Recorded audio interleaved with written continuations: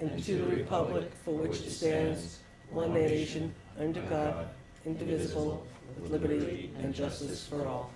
I think we might have taken the TV people by surprise. That's okay. And so, But they're here. So are you ready? Okay, because I realized we started without telling you. We were, so we opened the meeting, we did the pledge. Okay, so tonight the only thing that's on the agenda is a discussion of the Park Point pilot. It's a special meeting of the town board for the purposes of this. The discussion tonight is the pilot. We are not the planning board, so we aren't going to be addressing planning board issues. So can I have a motion to accept the agenda? I had thought this was a meeting to discuss both the pilot and to develop the written comments that the town board should be sending to the planning board on the DEIS, because the planning board has held the public hearing open until January 14th, and as a involved party, the town should be submitting comments. I just meant to say that it was about Park Point Okay. only. Okay, but not just about the Not pilot. just the pilot, Okay. not just the pilot, but it's just about Park Point, nothing else. Okay. And that's the purpose of tonight's meeting. So do I have a motion to accept the agenda as amended by Councilwoman Brown? And I think you have one prepay here. I actually, Do we have to do that one? no, I didn't even bring it down because the only thing on the agenda tonight is, Okay, I'll Park put it Point. back in my mailbox. And I did not, it's on my desk too, and I chose Okay. not to bring it down. Okay, Because you do not see warrants on here, do you? okay, I do I was not. asked if I wanted to put warrants on, and I said no. Okay, it will go back So in we my are not mailbox. doing warrants tonight. Okay. Okay, so I have a motion to accept the agenda as amended? Or refined? Yes. A second? Second. All in favor? Aye. Motion so carried. Okay, we're going to do public input first, and what I would just ask, if anybody does plan on speaking, to, we know that people have been speaking at the planning board and giving their concerns to the planning board, and I think most of us have been paying attention. If there are concerns that are more generic than really the town board's areas that we would be involved in, you can draft a letter to the planning board and carbon the town board, and we will, look at it and take it under consideration. But we don't necessarily want to just repeat all the public hearings that have been going on at the planning board meeting, because we do have work to do tonight in regards to where the town board fits in and what we can do. So with that said, I'll open it up to public comment if anybody wants to speak. And actually, if I could just add one more comment, just everyone keep in mind that we are discussing the pilot is the big part of it, which is the payment in lieu of taxes. That is neither controlled by the planning board nor by this board. It's controlled by the board up in Ulster County, which is the Ulster County Industrial Development, and they are the ones that decide the pilot. So along with sending any letters or comments to our planning board, please send them also up to Ulster County. Reason being is we don't have control over it. I see we have Ken Wishnick is Yeah, I was here. going to say something like So if anyone also would like to talk to Ken, just so everyone knows too, don't take your anger out on Ken. He also does not choose the amount of the pilot or how it is negotiated, but certainly he can be a voice for New Paltz. So I just want everyone to understand that it is not the developer here that is deciding the amount of the pilot. They go up and apply for it like anyone else would apply for that is developing in our community. Anyone's allowed to apply for a pilot. Many people have applied for them in our community. What's changing though is that communities now are becoming more active in the payment in lieu of taxes, and that's just simply what we're doing here. We'd like to hear the community's input, and as a town board, we are also going to make comments up to the IDA to say this is what we feel the impact is going to be, and we'd love to hear what anyone else has says is the impact. Yeah. Is that directionally correct? That's directionally correct. I mean, when we get into the discussion period, George Lithgow and I had a long conversation yesterday with Dave Clauser on the phone with the chairman of the IDA to sort of sort out some questions that the planning board had, and some questions, not necessarily questions I had. I wanted to make sure that my understanding was as correct as I thought it might be. And there were some new things we learned because the IDA has changed in terms of how they do things. Yeah. So George will join us in a minute, and we're going to start off with the conversation that we had with the chair of the IDA. Before we start public comment, I do want to say that yes, our two county legislators were invited to join us tonight, since it does involve the county, Legislator Ken Wishnick and Legislator Rodriguez. And so I'd like to thank Legislator Wishnick for stopping in and joining us. And at some point, if you want to talk to us about any vision or plans you have, we can also open that up at a certain point. So would anybody like to speak from the public? Yes. Just a quick question. Has anybody ever asked these folks how much the construction cost will be? And if so, how much have they told you? Well, that's not public input, so we're going to go to public input. Well, it's But that's a question that has been asked, and I'm sure we can, when we discuss things, we can answer. Okay, thanks, Bill. You need to just identify yourself for the record. Yes, good evening. And what I'd like is for you to come down here just so the camera can get you. Otherwise, you're not on And we can't, television. and the television can't hear And the you television either. can't hear Okay. you, and the people out there can't watch you, and Good evening. My name is Leonard Loza. I guess first question I'll ask Jeff, if we were to draft a letter to the county, does it go to the county legislator, the county planning board? Who does it go to?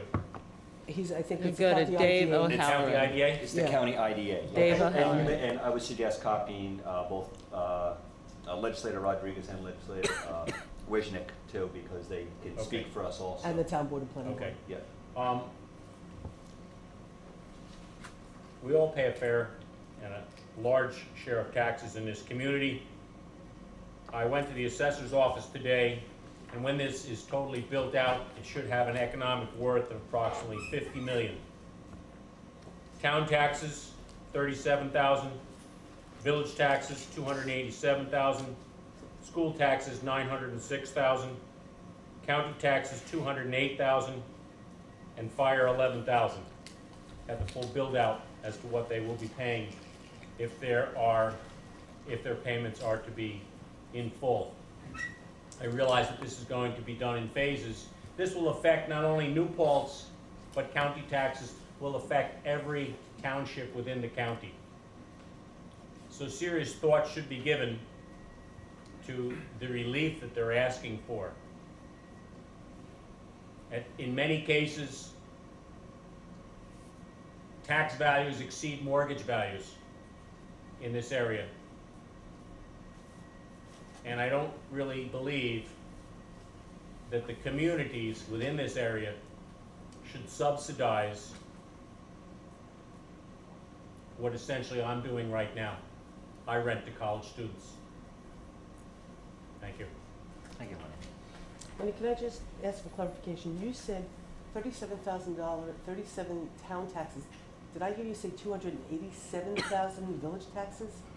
It's not in the village. It's No, not I located. said- Well, that's just why in when the- he said I said 287. 377 in the town, 287 in the Okay. village, Okay, 906 in the school, county 208, and fire 11. okay, thank you. Okay, anybody else would like to speak? Nobody else? If you can come down, identify yourself, and also so the camera can This get is about the you. pilot program, right? It can be, yes, Sure, you can yeah. address that, sure. My name is Michael Franchese. I live on Model Lane. I am in Highland School District, Highland Postal District, but New Paltz Town District. Okay, so I paid New Paltz Town tax, Highland School tax. I moved here in 2005. My taxes went from something like $2,800 combined a year to $8,000 in 2008, 2009. And I tried to complain about it, and it's basically stayed the same since then. But in 3 years, it went from under $3,000 to over $8,000. I'd like to thank Kitty Brown for putting that article in the New Paltz Times that brought my attention to this pilot program, payment in lieu of taxes. I tried to do some research. A lot of this stuff is under the table. We don't know what's going on. Why did it go up to this amount? You know, I find out, now this has nothing to do with New Paltz, but I think it has something to do with, well, relatively, because you know, a place like Lowe's is in Highland. They're on the pilot program. A multi-billion-dollar box store is on a pilot program for 7 years. I have one bathroom. I'm scared to put a second bathroom in my house because I think it's going to go up to $13,000. You know, it just seems insane that they would let someone do that, and no one, I didn't get a letter. Nobody knows about this. I had to do my own research to find this out. There's other places. There's a doctor's office across from Sunoco I hear about that they get a big break. These places are for-profit places that are getting breaks. It's insane. If anyone uses any type of common sense, that would know that this is crazy. I personally feel that I'm a homeowner, you know, and a property owner in New Paltz town. I feel that we are like second or third class citizens. The first class citizens are people who get to vote in the school on a place. If they live there, they don't pay any taxes. That doesn't make sense to me. You should have to pay taxes to vote. And if you go to school for 6 months, you get to vote. That could screw things up with people. If you own your home and you're looking at $8,000, what do I do? You know, my choices are: do I heat my house? Do I pay my taxes? I couldn't pay my taxes this time around. I'm getting penalized for this. And you know, I'm never gonna. You know, I'm a 44-year-old man. I'm not gonna be a 65-year-old man living here. We gotta get out. We have to leave because the way it's going up, I don't want to be 65, 70 years old looking at $30,000 a year in taxes. By the way, there's no services. I pay my own water, my own garbage. The road I have, school buses go up and down. It's a dead-end street all day. The road is completely falling apart. I'm not trying to blame anything down on the highway department. You know, I know they have a big load to do, but that's the one thing we do have. The highway maybe can fix their roads, our roads, if they can. But these pilot programs, all homeowners should get some type of say in this. Whether they do, let a pilot program go on or not. I don't think anyone should have a pilot program. Where's my pilot program? Where's my incentive to live here? You know, Thank you. that's all I'm trying to say. Thanks. And I really appreciate your time. And I wish there were more people here outraged. I really hope that this cesspool of this, you know, the whole economy is screwed up. We all know that. I just hope it doesn't come up to our noses before we realize that we got to do something. Thank you very much. Thank you. Everett? If you're a developer, I don't think you need our tax money to pay your bills.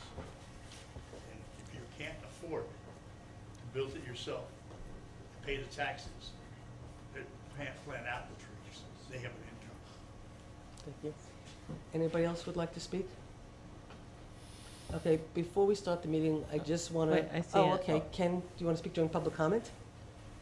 I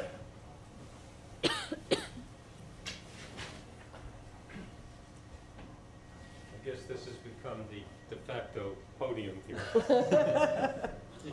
I'll take my rightful place. I'd like to say first, you may wonder why pilot programs were created and what their purpose is. As having a background in economic development and city planning, I can share with you the original intent of when this came about, which is for the purpose of promoting a project that might not otherwise occur if you didn't give that particular incentive that would make the economics work for that particular endeavor. In other words, if taxes are particularly high in an area and someone wanted to come in and do a project, but when they did all the economics, the taxes alone were making it so that the project was not viable and a community really wanted that project, then you'd say, well, let's see if we can adjust something for you. That was the original intent. What's happening now is something that's very, very, very different and very dangerous and very harmful to our communities. In particular, what I'm starting to see and hear is there are developments that are being talked about and moved forward where the actual applicants aren't even aware that the pilot option exists, and they're ready to move ahead and do their programs. And then along the line, they start hearing from some community groups, you're not going to do a pilot, are you? You're not going to, and then they say, well, what's this pilot? Let me look into that. Then maybe that's something interesting to me, and they're starting to say, hey, I can meet the criteria. And so why not give me the same tax incentives? I'll say I won't do it if you don't give me the incentives, and so I'll ask for it too. I don't think there's anybody that can say with a straight face that Lowe's would not have located where they are if they didn't get a pilot. What a sham. And you look at this project that's before us here now, is there anyone who can really tell us they would not, in good faith, move forward with a project of this type if it weren't for giving them a break on taxes? I don't really think so. I mean, we may say it, they may say it, but I believe it all comes down to what is charged for rent. That's what a business is all about. And if those that have to pay a little bit more in rent, let them pay a little bit more in rent because they're having the impact on the community. It's not fair for anyone else to have to be subsidizing them in that way. And so from that point of view, the question becomes, is it just a discretionary decision as to whether the IDA will in fact grant them the pilot or not, or is there any other factor? The other factor we have here is a very, very interesting one of the land being owned by a nonprofit corporation, and because it's a nonprofit entity being able to make the claim, they're exempt from taxes.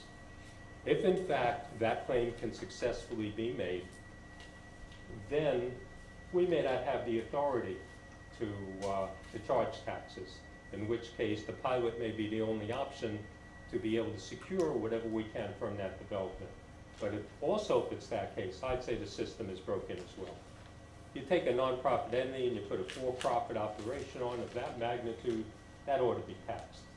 But that's something where we have to examine the laws and look at it very carefully and do what's right for the community. Now, as a legislator, I don't have any authority over the IDA except for the fact that the legislature appoints the board members, then they're totally on their own. Recognizing at the county level that this has been a problem for us in certain circumstances, there's been some change that will occur starting January 1st. The staff of the IDA starting January 1st will become county employee staff. It won't be their staff, it'll be staff that will be employed within the county planning department in the new Office of Business Services, so it'll have greater accountability than what previously existed. So my role as legislator at this point, there are no appointees who are coming up that I'm aware of, but my role as legislator, together with my colleague Hector Rodriguez and others that we speak with, will be to advocate as strongly as we can to start getting new entities that can pay their own way, and certainly I believe this is one of them, to be paying the taxes that they owe to the community so that we can provide the essential services without having everybody else in the community pay a bigger bite just to subsidize what they intend to do.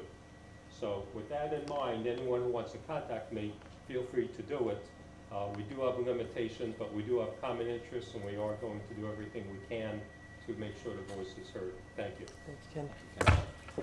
Is there anybody else who would like to speak? Yes. Okay. My apologies, I would have been here on If time. you come down a little bit, and then you have to say your name, just for the camera, and also so she can sort of... Is this good? Yeah, but just say who you are so she can put it in the minutes, and then you can look at the camera. Benjamin Miller, resident property owner in New Paltz. Okay. First of all, I'm sorry I'm here a little It's okay. late. It was published in the paper as being 7:30. Not a That was problem. incorrect, but my understanding is that this meeting is primarily focused on the pilot agreement, the payment in lieu of taxes, and whether or not Park Point would qualify for such a payment, and if so, what it would be.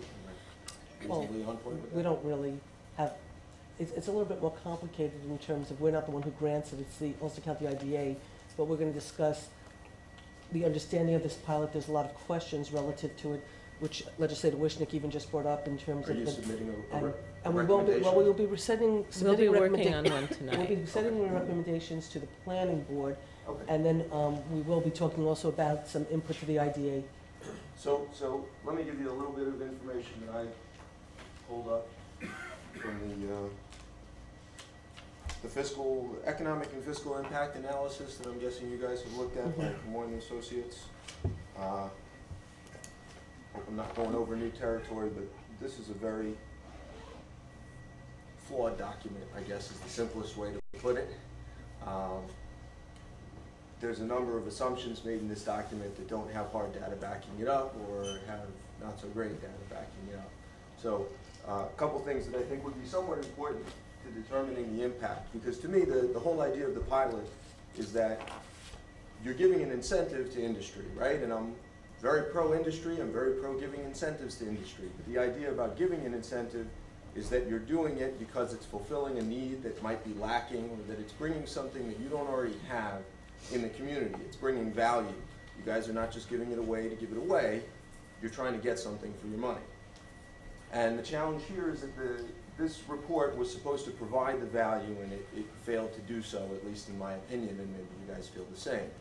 I'll give you a couple of for instances and some serious issues. Quotes a vacancy rate in New Paltz of 0.3%. I don't know if you guys have paid attention to that number, but that's fairly significant to know what the vacancy rate is where they're building this size of a project.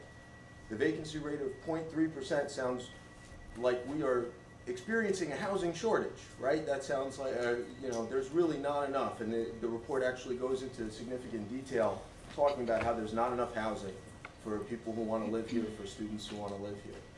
Just in a quick comparison, this is the almanac showing a page of real estate listings for rental apartments just in New Paltz. This page is all New Paltz. I'm guessing the people that posted these listings and paid the newspaper good money to post those advertisements have vacant apartments. To me, that's generally when I would do that sort of thing. The 0.3% was taken from Ulster County Housing Survey that was done in 2010. I don't know if you guys read that survey. That survey, done in 2010, used a very small sample size. If you know anything about research, small sample sizes result in poor data, usually. The smaller the sample size, the worse or the less accurate the conclusions you draw can be. If you have 100 people and you only sample one, you're getting a very skewed perception of that 100%. There was a much better study done at that time, which went over things like vacancy rate and demographics and all sorts of stuff that was involved. It was called the U.S. Census, done in 2010, same year.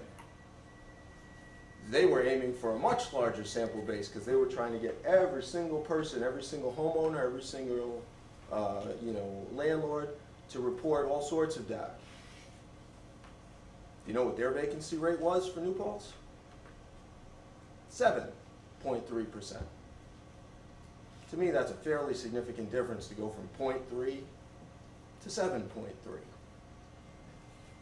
And if I had to put my money on one of them, no offense to the Ulster County Planning Board who put together that study, but I would say that their resources fall a little bit shy of what the federal government can put in to such a survey.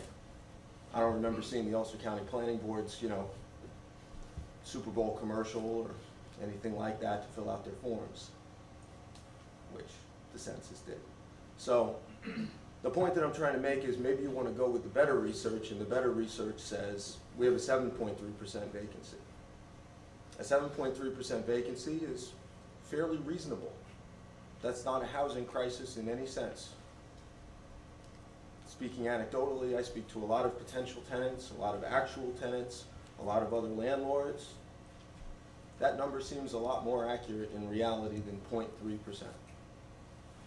So that's problem number one, is that they're trying to base a lot of value on, to me, a fictitious number, that there is this housing shortage, housing crisis. Let's talk about the next fictitious number. They're talking about net new people to the village, as though somehow everybody that's going to fill up these rooms is going to be brand new, never lived here before, never wanted to live here before, but all of a sudden, now they're coming. From a common sense perspective, that doesn't seem to make sense to me at all, and there's absolutely no data put in supporting it, only a few vague. We talked to the college or various college departments about their opinions. It doesn't make sense. There is a lot of housing already in New Paltz. Students are already housed in New Paltz. If you build better housing, to use a subjective term, Some people will move into the better housing. That's not a net gain. You have not gained any new students by moving people from one housing complex to another housing complex, from a house off campus to an apartment complex off campus. They're still living off campus. A lot of people, there was a lot made of the fact that people live in the surrounding towns because they want to stay with their families, because there aren't quality housing options available.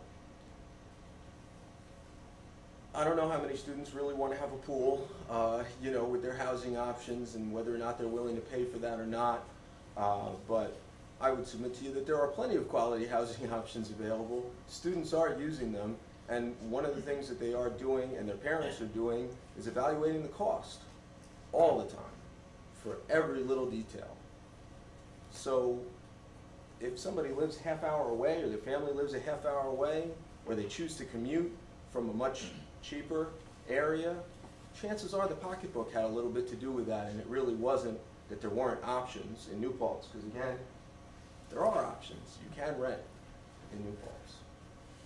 So again, they don't really provide any data. I'd love to see some. There's supposed to be a independently done fiscal impact, economic impact report, and I would love to see that. I don't think it's going to draw the same conclusions at all. So I hope you guys are tearing this stuff apart a little bit and, you know, investigating these little things to make sure that it's accurate, because I've been here for almost 20 years. This is probably one of the largest impacts I can potentially see going ahead for the next 20 out of anything we have to decide on locally. And I don't believe in subsidizing a need that is already being filled. Why are you subsidizing if we have housing? Why are you subsidizing if the students have options? Why are you granting, and this isn't you guys, I'm just talking about government as a whole, why are you granting a density variance? You know, these are things that make a huge difference in the size, in the nature, and as was mentioned before, you know, maybe this project would not go forward without being subsidized. Maybe a different project would go forward being subsidized. Maybe they go smaller, maybe they go differently. But when there's a niche, business will always step in to fill it. And if housing is really as critical as it is, you know, people do that. We're doing smaller projects throughout. So I appreciate your time, and I appreciate everything you guys are doing. And I just hope that you know, you look really carefully at this, and one last thing, I guess, is that, you know, this is a situation where you have local industry that is filling this need. And if you choose to take away from the local industry that's already filling this need to subsidize something else, especially because the industry is housing, this is not like a hardware store that would close because Lowe's moved into the area. This is people's homes that they'll lose because they depended on rental income. You know, these are homes that won't be taken care of because they depended on rental income. That, to me, is potentially devastating for the health of the community. I mean, I've been fortunate enough to see that, you know, foreclosures have not run rampant in New Paltz in the way that they have in other places, but we haven't been untouched either. Yeah. So, thanks. Thank you, I know I took a lot. Appreciate it. It's, well, I was going to cut it off at 7:30 because we do have work to do. Is there anybody else who would like to speak? Okay. And I just want to acknowledge that Legislator Rodriguez just came in. So at some point you'll hopefully be part of the conversation. Okay, if you could just stand up and identify yourself and let the camera see you. Thank you. My name is Paul Brown. I live in New Paltz. I want to thank you very much. Thank Councilperson Brown for making this meeting happen and putting it out, because we do need it. And you shouldn't fear public comment. I don't think there's any anger here. There's a lot of reasoned argument going on or discussion. And I realize from even the discussion tonight, we've learned something, and I'm so happy to see our legislative representatives here from Ulster County, Mr. Wishnick, Mr. Rodriguez. It's all human behavior. It's all people going to decide on this, and it starts here. It starts with this community deciding what's best for it and communicating it to the county. We know the names of all the people, including our county executive, and the people who are gonna be in the planning board under the new IDA. So it's not really helpful for our planning board or town anybody to say, we don't make that decision. Well, none of us make it individually, but we do make them collectively. And so I asked the town board to consider being the spokesperson for what you think to be and what your deliberations lead you to believe is a reasoned approach. So you have homework to do, and we'll all help. That's why we come to these public meetings. I was a little concerned about this pilot, not greatly, because Mr. Wishnick made an interesting point. If legally the land underneath the $50 million of buildings can't be taxed, then a payment in lieu of taxes may be the only legal way to have them pay their fair share. So we may end up supporting some kind of payment in lieu of taxes. I'm not sure. We need lawyers for that. But we need the taxes on the $50 million. And I was a little concerned until Mr. Loza pointed out tonight, the value of public meetings, the amounts, $377,000 for the town, $277 for the village. Now I'm a little incensed, but I'm not uncivil, and I'm not, we're gonna discuss this, and wisdom will prevail. So this is payment in lieu of taxes, not payment instead of taxes. So let them pay their taxes if they pay it through a pilot agreement, but it's got to be their fair share. I would urge, and I ask that part of the public record and all the information that the town sends to the IDA include many of the comments that came out through the planning board. That is, whatever the process is, we have to assure that the students' comments, everything goes to the IDA. They have to sit and listen to it, whoever these men and women are, and I want to know their names, and I'm going to be there to talk to them. I want them to look me in the eye as honest humans and tell me how this makes any sense. One final point, I would ask that the town board study carefully, and I'll speak to the planning board and ask them to respectfully, just go on Google Macerich Wilmerite.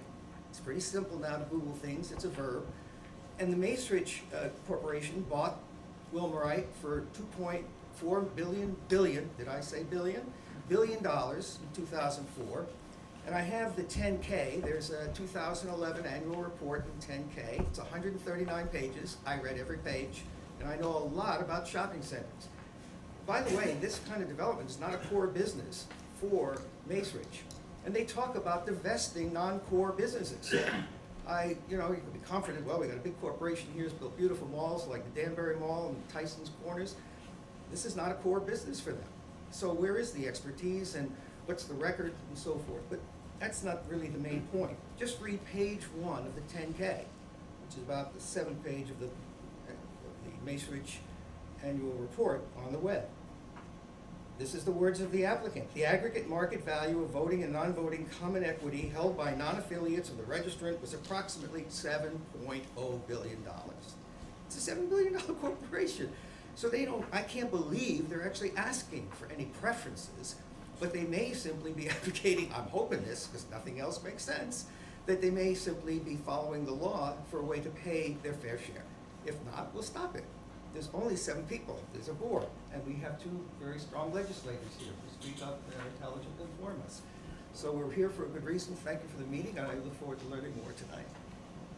Okay, so no other comments before we, Bob, you gotta introduce yourself and then stand up so the camera can see you. So who can see me? The camera in the public. Can I get back down? No. Because the people who are watching this on TV want to see your lovely face and hear your wonderful words. So, Bob Gabrielli, New Falls, New York. The college does a lot for this community, but sometimes we forget the community does a lot for the college. We provide a beautiful community for them. People who come here, the students, their parents, they all say, I love it here, it's a beautiful place to be, it's a beautiful place to live. And that's a real resource we give to the college, and I think a lot of times they forget it, and a lot of times we forget it. We give them a really nice place, it's very bucolic. And I said this last night, so I apologize if I'm, but every landlord has certain segments of where their money goes. Everyone's, landlords, they make a lot of money. Well, they do, but they pay out a lot of money. They have taxes, they have mortgages, they have all sorts of refuse collection, electricity, all utilities, and maintenance. And maintenance represents a big thing. So if you have a downturn in the rents, I'll get to that in a second. If you have a downturn, they're gonna give up certain things. They can't give up the mortgage, they can't give up the taxes, so they give up maintenance. And what happens is, all of a sudden, your community starts to look a lot shabbier. That's the disposable expense, the first one that's gonna go. You know, Seeker says one of the things you can look at is the economic, the fiscal impact of a project. What we have is a massive project it's proposing, and it doesn't have to pay taxes.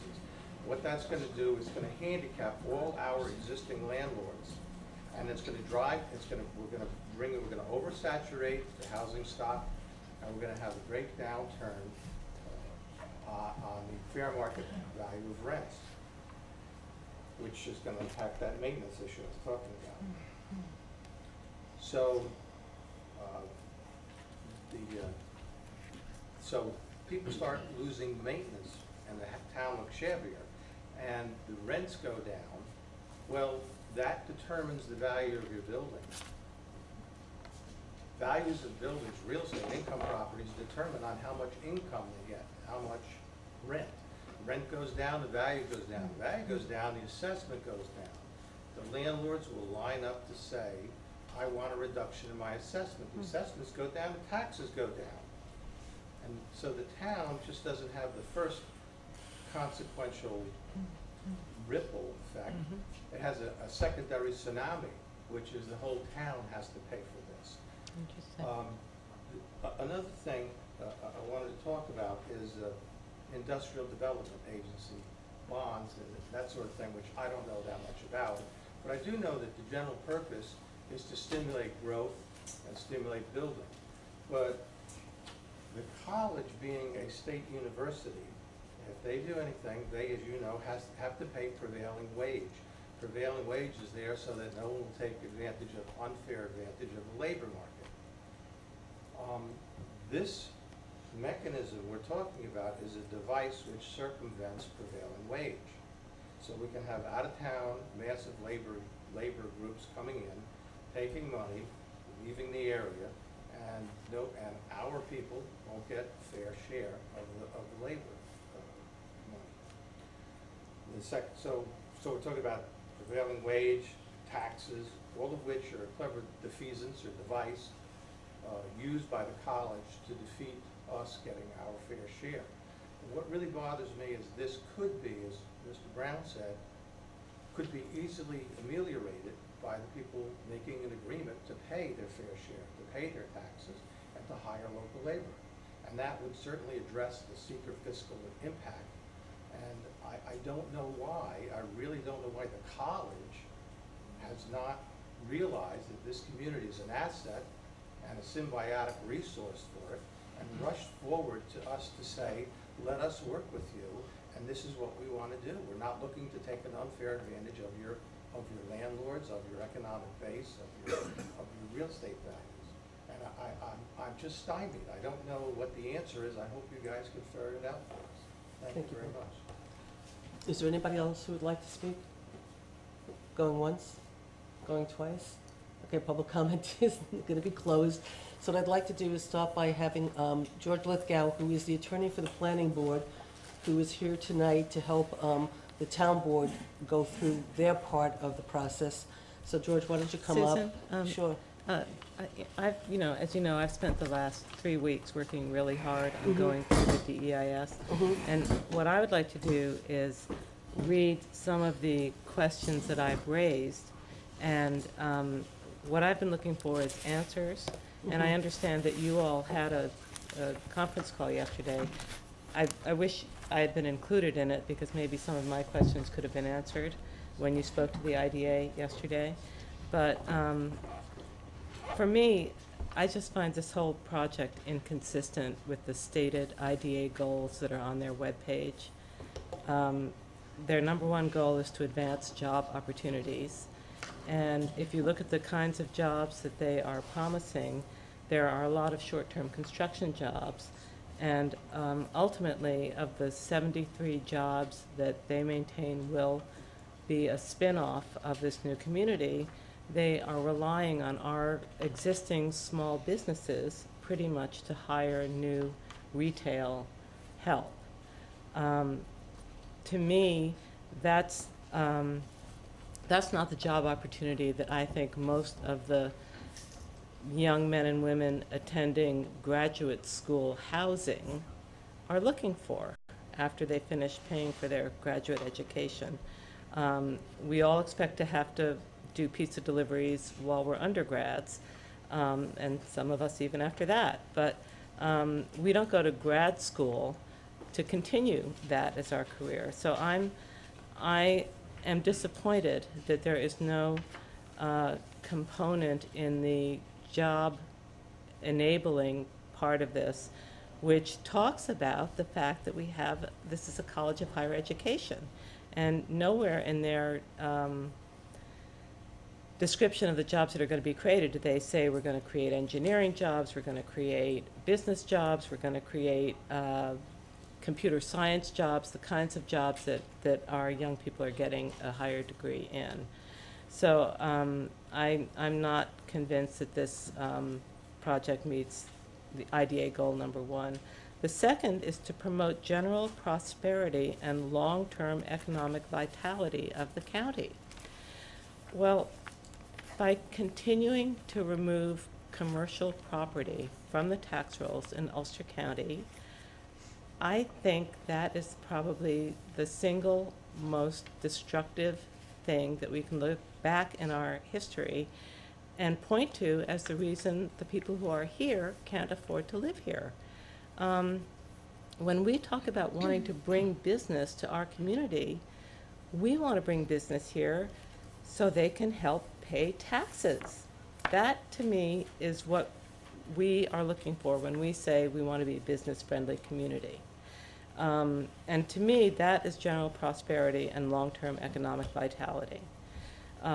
Foster creation and attraction of new businesses. I don't see any new businesses mentioned in this plan. Foster retention and expansion of existing business. We may retain more of our retail local businesses through this, but I don't think that is a significant enough goal to qualify this project for IDA. Identify new opportunities for the local economy. I haven't seen any in the DEIS. I don't see any new opportunities. But what I do see is that this is the third project of significant size that is taking significant, potentially commercial land off of our tax rolls where those new opportunities could occur. And there 6 is the economic well-being of both Ulster County residents and domicile businesses. Our small business owners and residents are subsidizing in our community at least 2 significant major corporations, and it is not to the economic well-being of us as town residents. I haven't seen Ulster County say we're going to be hiring more social workers, more mental health workers. We're going to reopen the mental health satellite stations that we had to close. Ulster County is losing revenue, and I'm just sitting here saying, you know, this experiment has gone on for 20 years, and you've just about killed the patient. When will this end? This doesn't work. I'm sorry I'm yelling at you, George, but you're sitting right. I'm talking to that guy right over your shoulder there. He's talking to the TV camera. Right, I'm talking to our legislators. It may have been a good idea 20 years ago, but New Paltz has borne far more than its fair share of this failed experiment. And if we are to look rationally at the 6 stated goals of the IDA, this project doesn't meet any of them. Why is it in the best interest of the state, the county, and the town to remove a self-described $50 million project from our tax rolls? Ben Miller asked about the density variance, and that's my bad. 10 years ago, we gave a variable density zoning so that it could reach out to what is now Bellaterra, because that was a fabulous project. And it was an adaptive reuse of an abandoned farming facility. And what we thought we were going to get was a real commercial growth area in between. We thought we'd have industry, we thought we'd have offices, we thought we'd have workforce housing. This is, if I ever needed a more graphic reminder, be careful what you wish for, this is it. We never envisioned 750 dormitory beds on that property. And that, you know, I think I'm the only board member left who voted for that change in zoning, and I did not see this coming, and I apologize to all of you. But I do think that the Bellaterra Apartments was a great project, and I would like to see more of those.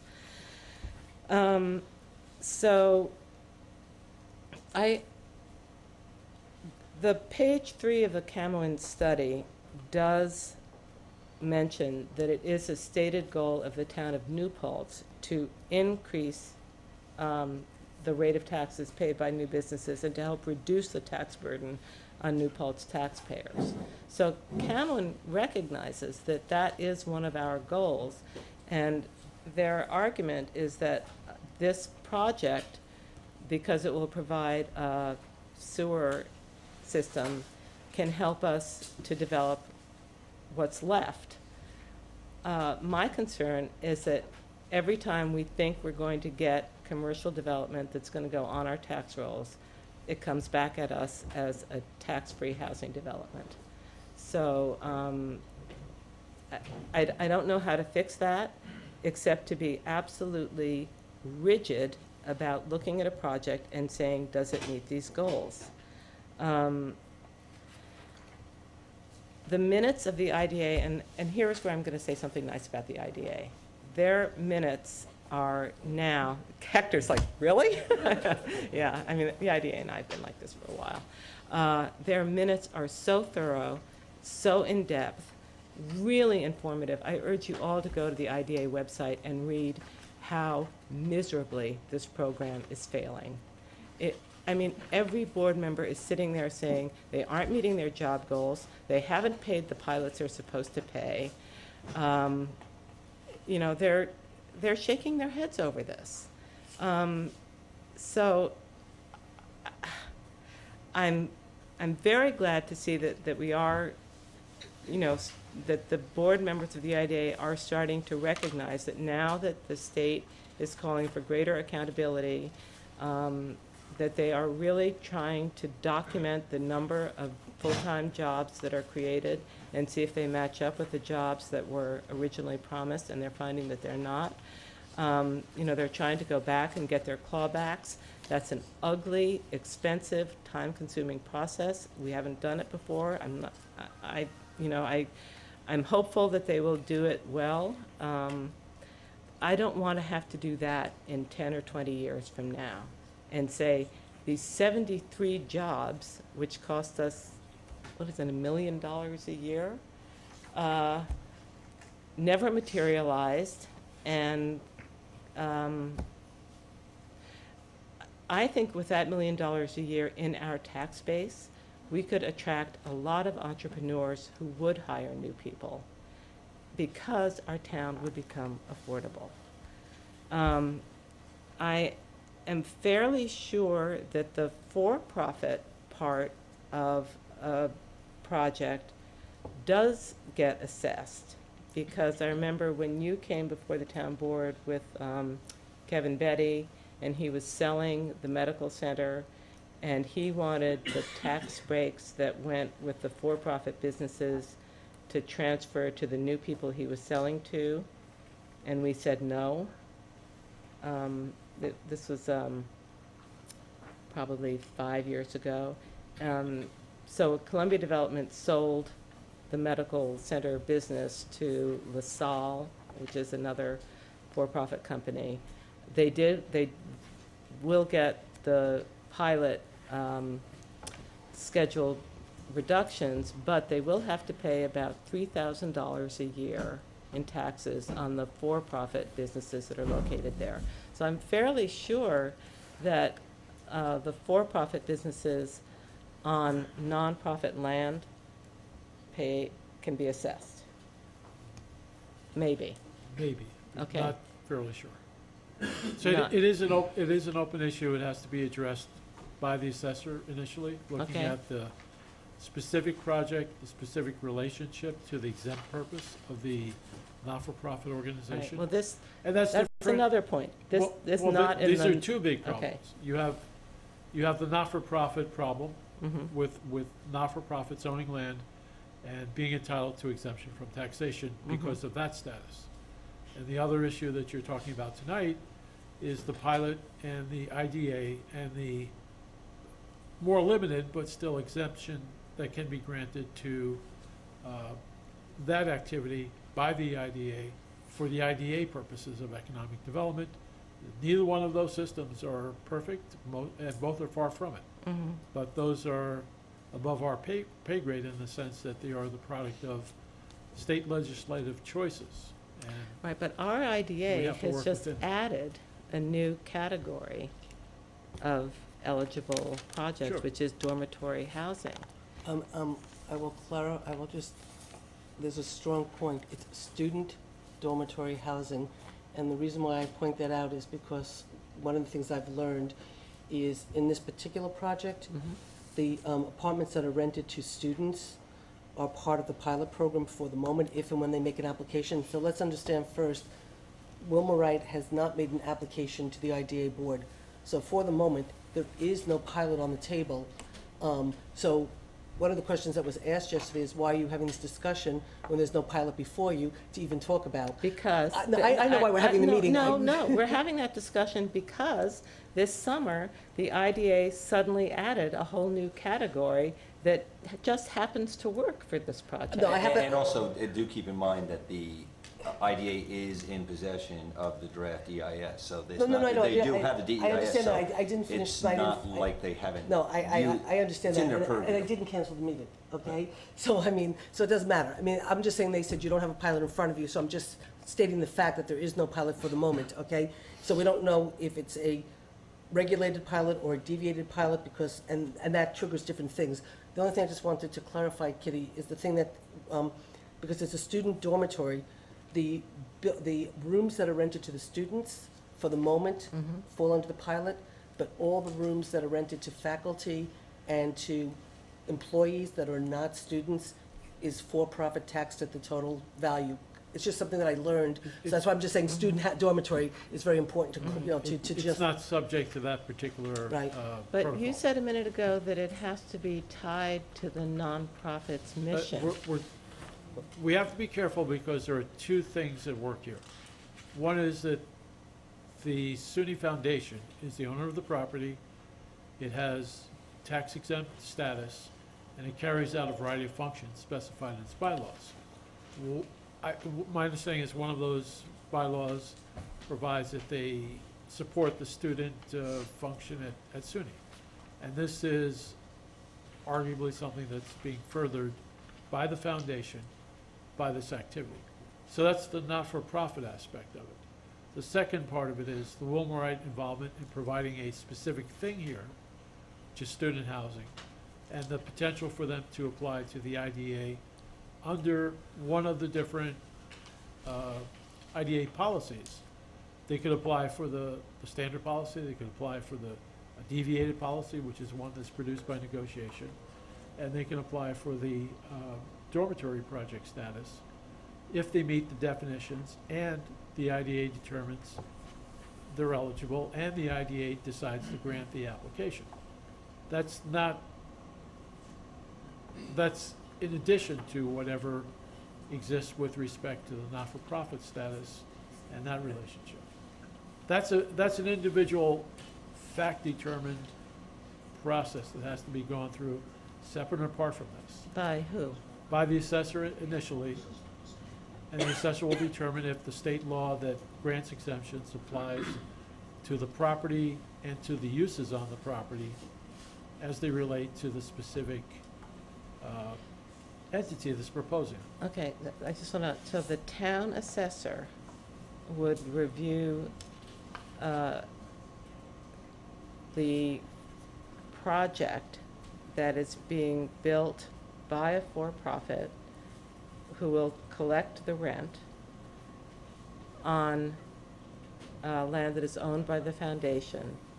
And the fact that in the foundation's bylaws it says to further the quality of life for SUNY students, that would mean that the for-profit activities, income, and buildings would be could be tax exempt? If they make an application and they meet the criteria in the state tax law,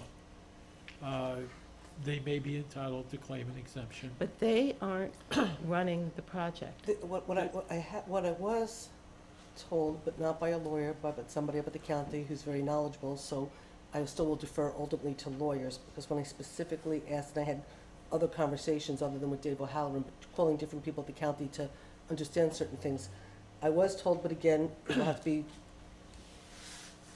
confirmed by a lawyer. The project is owned by the SUNY Foundation, so the property is tax deductible. If we all understand, if the college should choose and could choose to build it, it would be all tax exempt. We'd have no say, end of story. The college is choosing not to do it. They're choosing to hire a for-profit developer. I was told because it's a for-profit developer that the project itself, for the years that the for-profit developer owns it, could be taxed. Okay, so that's what I was told, was it could be taxed. Now again, that should be confirmed by a lawyer. However, now let's take it to the next step. A for-profit project has the right, under the state of New York's law, to apply for IDA funding and ask for a pilot. And then it's up to the... Okay, let me stop you there, because I thought that residential housing was not an eligible thing you could apply for IDA from. There is a practice of doing that in certain cases. It's not residential housing per se, general residential housing, Mm-hmm. but if it is in furtherance of something else which is more typical, for instance, if the college, and I'm not saying this is so, but if the college were to say, in order for us to keep our college enrollment and to keep attracting the kind of students we need to have more housing choices. We can't, for whatever reason, build it ourselves now, but if we have not-for-profit developers, for-profit developers, who are willing to collaborate with a not-for-profit entity that owns land and create that housing option. And that will enable us as an institution to grow and flourish. Without that option, and I'm not advocating this is so. Okay, I But- need to just stop you right there, and this is important for Mike to hear from me, because they are saying... Mike Calamano. Mike Calamano, sorry, chair of our planning board. For the moment. They have said they will not add any new students. So that's a wash. They are not expanding, growing, and flourishing. They are Growing- keeping the exact same number Yes. of students. That's what they have said, and I didn't mean to imply that number of students was going to increase. But there is competition for students who are academically, in other ways, better able to contribute to the institution. So, SUNY, when I went to SUNY, you didn't see on the cover of a magazine that this was one of the destination choices for academics. You saw it for another reason. And SUNY has changed its character, changed the student body's composition, changed the orientation, changed the academic quality of all this. So I think they get a different mix, and that different mix is what the institution is seeking to, again, what we're being told, the institution is seeking to maintain and enhance. In that sense, it grows as an institution. Okay, well, It's- Well, they're not If they were but to it's not, say, it's not a rolling. I mean, they have not said, we want a better quality student, and I hope they won't be saying that. But what they are saying is that they're going to offer exclusive luxury housing. That, to me, doesn't seem like that's in the mission of a nonprofit foundation, and it's certainly not in the character of our community. I'm going to just step back for a second in terms of my understanding. you know, because I go to the town gal meetings, which is the president of the college, the superintendent of the school, the, you know, the police chief, and, you know, whatever, and so this project has been talked about. Basically, the essence of why they believe they need this is not to increase the number of kids, but the transfer students who come to New Paltz, because so many of the students that are freshmen and sophomores don't move off campus because of the belief that it is hard to get off-campus housing and maybe the status of the, whatever it is, that a lot of the students stay on campus. There's not enough space on campus and within the town for the transfer students that transfer and go to the college to stay in the community. That's So not what this report says. I'm So just if tell- that's a whole different population of student that they're trying to attract in addition, Well, it's not trying to think- attract, it's trying to find I- housing for. Yeah. Well, okay, what They already concerns attracted me them. about this is that, okay, so really what we are trying to do then, I mean, this says there will be no net new students. But unless they restrict the number of students they accept, there will be 700 new students because they haven't said anywhere here that they're going to restrict the number of commuting students they accept. So assuming those 700 students still can commute because they are not restricting the number of students who enroll, I mean, nowhere in their DEIS do they say, if we get 700 new students on campus, we will admit 700 fewer, right? They're not talking, I believe in the EIS, they talk about enrollment overall, not increasing as a consequence of Right. this project. Which, They're trying to But build these more, are- they're trying yeah. to build more housing It's for the But But students they still but already they're have. still going to accept the 730 students who are commuting right now. No, no, no. Yes. The students that are already here, they're looking to create housing for the students. They're looking to create more housing for the students that are already here that are commuting. No, yeah, commuting. So they can then technically be a part of the community and add to the community, to the college character. Like, for example, one of the things, and I'm not defending or whatever, I'm just trying to give But information. Susan, the math doesn't work. No, no, If they build housing for 700 students who are commuting now, unless they say we are going to accept 700 fewer students, then we're going to get an additional 700 students. Kitty, whether they live here or not, you have 700 students that are going to the community, that are commuting. Right. Possibly, So the okay? 700 And if who all are of a sudden they commu- choose to now not No. commute and they live here, it's still the same But 100 kids. 700 new students will commute. No. Of course they will. No, Well, they're not accepting more students. not if They're just they don't- finding, they're just finding housing for, they're redistributing We the don't know students. that. Well, I mean, are they, again- if they're going to say enrollment will not increase, which is what I that, believe they said. no, they're saying we do not expect it to increase. But if you take these 700 students who are driving from all over the Hudson Valley here, and you say, okay, now you can live here, why would not 700 more students continue to commute here? And actually though, Kitty, and, you know, and I'm sorry, George, I didn't know there was a meeting the other day too, and I would have joined it, because like Kitty, as you know, you've seen me at every meeting and zoning board meeting, and I wish I'd known it going on, but Kitty, they have built dorms already on the, you know, the lack of a better phrase, the tripping fields now have dorms, and that did not increase enrollment. Enrollment hasn't increased since they even built those.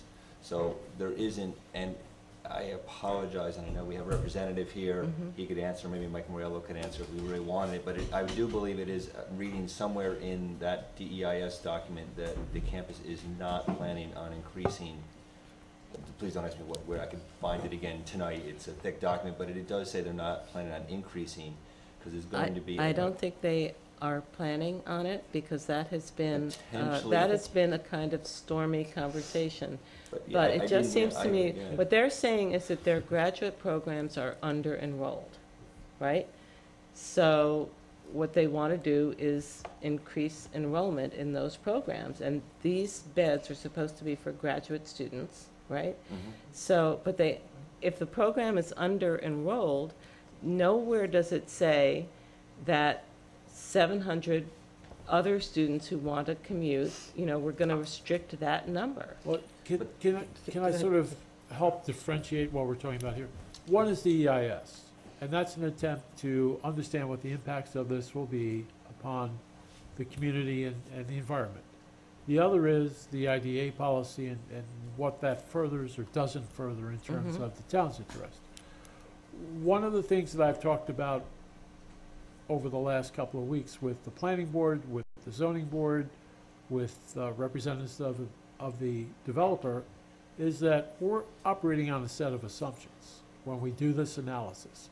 It's an imperfect set at this point, certainly because of some of the assumptions, some of the information that was made available or not made available.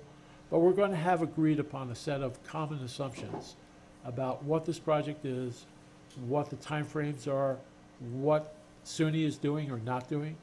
And if that changes, we are going to have triggers which say, if you're changing this set of things which you described in the EIS as being 7,000 students, the traffic impacts, the water and sewer impacts from that group of people, or however, whatever we're talking about in terms of this project, if it changes in a material way, and we relied upon what you told us was the case, we reserve the right to look at it and analyze the impacts at the time you propose to change it. This project has 2 stages. It's going to have a significant number, but not all of the units developed in stage 1, and then stage 2 will be developed at some point in the future. I think the current estimate is 5 years. So before that takes place, if the traffic changes, if they build, somebody said the other night, he heard there might be 15 new dormitories built on campus. Well, if between step 1 and step 2, there's 15 new dormitories, the traffic study is no longer any good. The water and sewer impacts may be different, it may not be an issue, but we have to look at that before it goes ahead with phase 2. And what we need to do in this process is identify those assumptions, ensure that there is a consensus about them. That if there's a vacancy rate, the vacancy rate is 7 or it's 5. Whatever the lead agency determines is a reasonable consensus. And if we're arguing about it's 0.3 versus 7.3, there is no consensus. But if we come to a conclusion that a reasonable vacancy rate is 5, that could be the consensus that we move forward on. If that changes over time, there are certain things that may change in the EIS conclusions. We're adopting findings. Those findings are going to say, here's the mitigation, here's the impact, here's the potential mitigation, and here is who's responsible for implementing that. Okay. So That's we good. can have a protection built into the Good. system. Okay. But what is relevant to the issues that have been talked about tonight is we need to articulate where there is a lack of consensus and what is important about the assumptions that have to be included, because we need a list to come out of this process that says we assume this number of the total enrollment of SUNY would be 7,200 or whatever what was studied in the EIS. If suddenly it changes and it becomes 8,200, we have the opportunity to evaluate going forward before this takes full effect. Okay, so somewhere in our remarks, and I don't know if this would go to the planning board or to the IDA, I need to understand, I heard what you said about how a nonprofit can basically subcontract out the developer of a project, and they can either have SUNY do it themselves or they can hire a for-profit company. The checks will be made out to Wilmerite, correct? Will the SUNY Foundation get any part of this? Will that help lower the cost of SUNY in any way? But I'm not sure. Okay, so is that an appropriate thing for us to ask? My understanding is that the check, you'll write out your check to Wilmerite. And if the check were being made out to SUNY New Paltz, which is, I guess, how, if you live on campus housing, that's how you write your check, to some extent, that does help mitigate the cost of a state university. That money is at least flowing back into the state. If all of this money is flowing out to a for-profit developer, then I want to find out how to make sure that the project is taxable. It is not, to me, it is the mission of a SUNY foundation to enhance the quality of life for SUNY students, but not at the expense of the local community, and not simply for the greater profit of a mega corporate developer. So how do we get a definitive answer about whether or not this is a taxable project, can be a taxable project? Again, I mean, it'll be up to, I don't know what lawyers to defer. I want to go back to where you stopped me earlier on, just from the process for the moment, okay? And maybe I'm wrong, but let me just, it's my belief, that SUNY chose not to do this project. They're doing their own dorms, they're doing a bunch of rehab. They didn't really believe they had the financial wherewithal to do all the projects they're doing and do this project. The SUNY Foundation had the money, they bought the land. They didn't have the money, they borrowed the money. Okay, well, whether it is SUNY Foundation, regardless, came up with the money, okay, and funded it and bought it. The SUNY Foundation is choosing not to build it, they're choosing to bring in a private developer. It's my belief that the project could be taxed because it is owned by a private developer. However, in the state of New York, they have the right to go to the IDA, make an application, and ask for a pilot. That is their right under the law. Okay. And let me just, I just want to start with this, where we go with it. But I'm not sure that that was true of housing, and that's why I'm upset that this new category was added. Maybe this will solve the problem. If they're Okay. not entitled to do it, they won't get an exemption. Well, they are now. Well, Right. That's because they added the if student they are dormitory. entitled- Right, well, but January, they weren't. I mean, that distresses me. There's two possibilities that come out of this. They're entitled by law to apply for, and if they meet the standards, That's right. receive an exemption, or they're not. Mhm. If they're not, they will, if they cannot, and I believe the reason they're applying for the pilot is they don't believe they'll be able to establish that they're an exempt purpose. Otherwise, they would just do that. Right.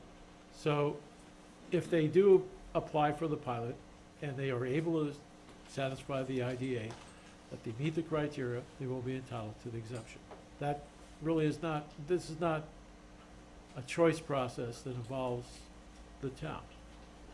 And that's when you say we have to make sure they'll be on the rolls, it's going to be on the rolls if it is a taxable project and it doesn't receive an exemption. Right, but did you say that our assessor makes the determination? No, it's With- the IDA that makes the determination. Well, again, we're Or talking the about two value different is, things. yes, you, For not-for-profit, undertaking a not-for-profit purpose, they can apply for an exemption. They can apply. And then the assessor will determine if they satisfy the criteria for the not-for-profit exemption under the real property tax law. They can also, whether or not they receive that, they can also apply to the IDA for an exemption if they meet the IDA criteria. And then they have to demonstrate the circumstances that merit the grant of the IDA exemption. And then they have to negotiate or demonstrate the pilot arrangement under which they are seeking is applicable to them.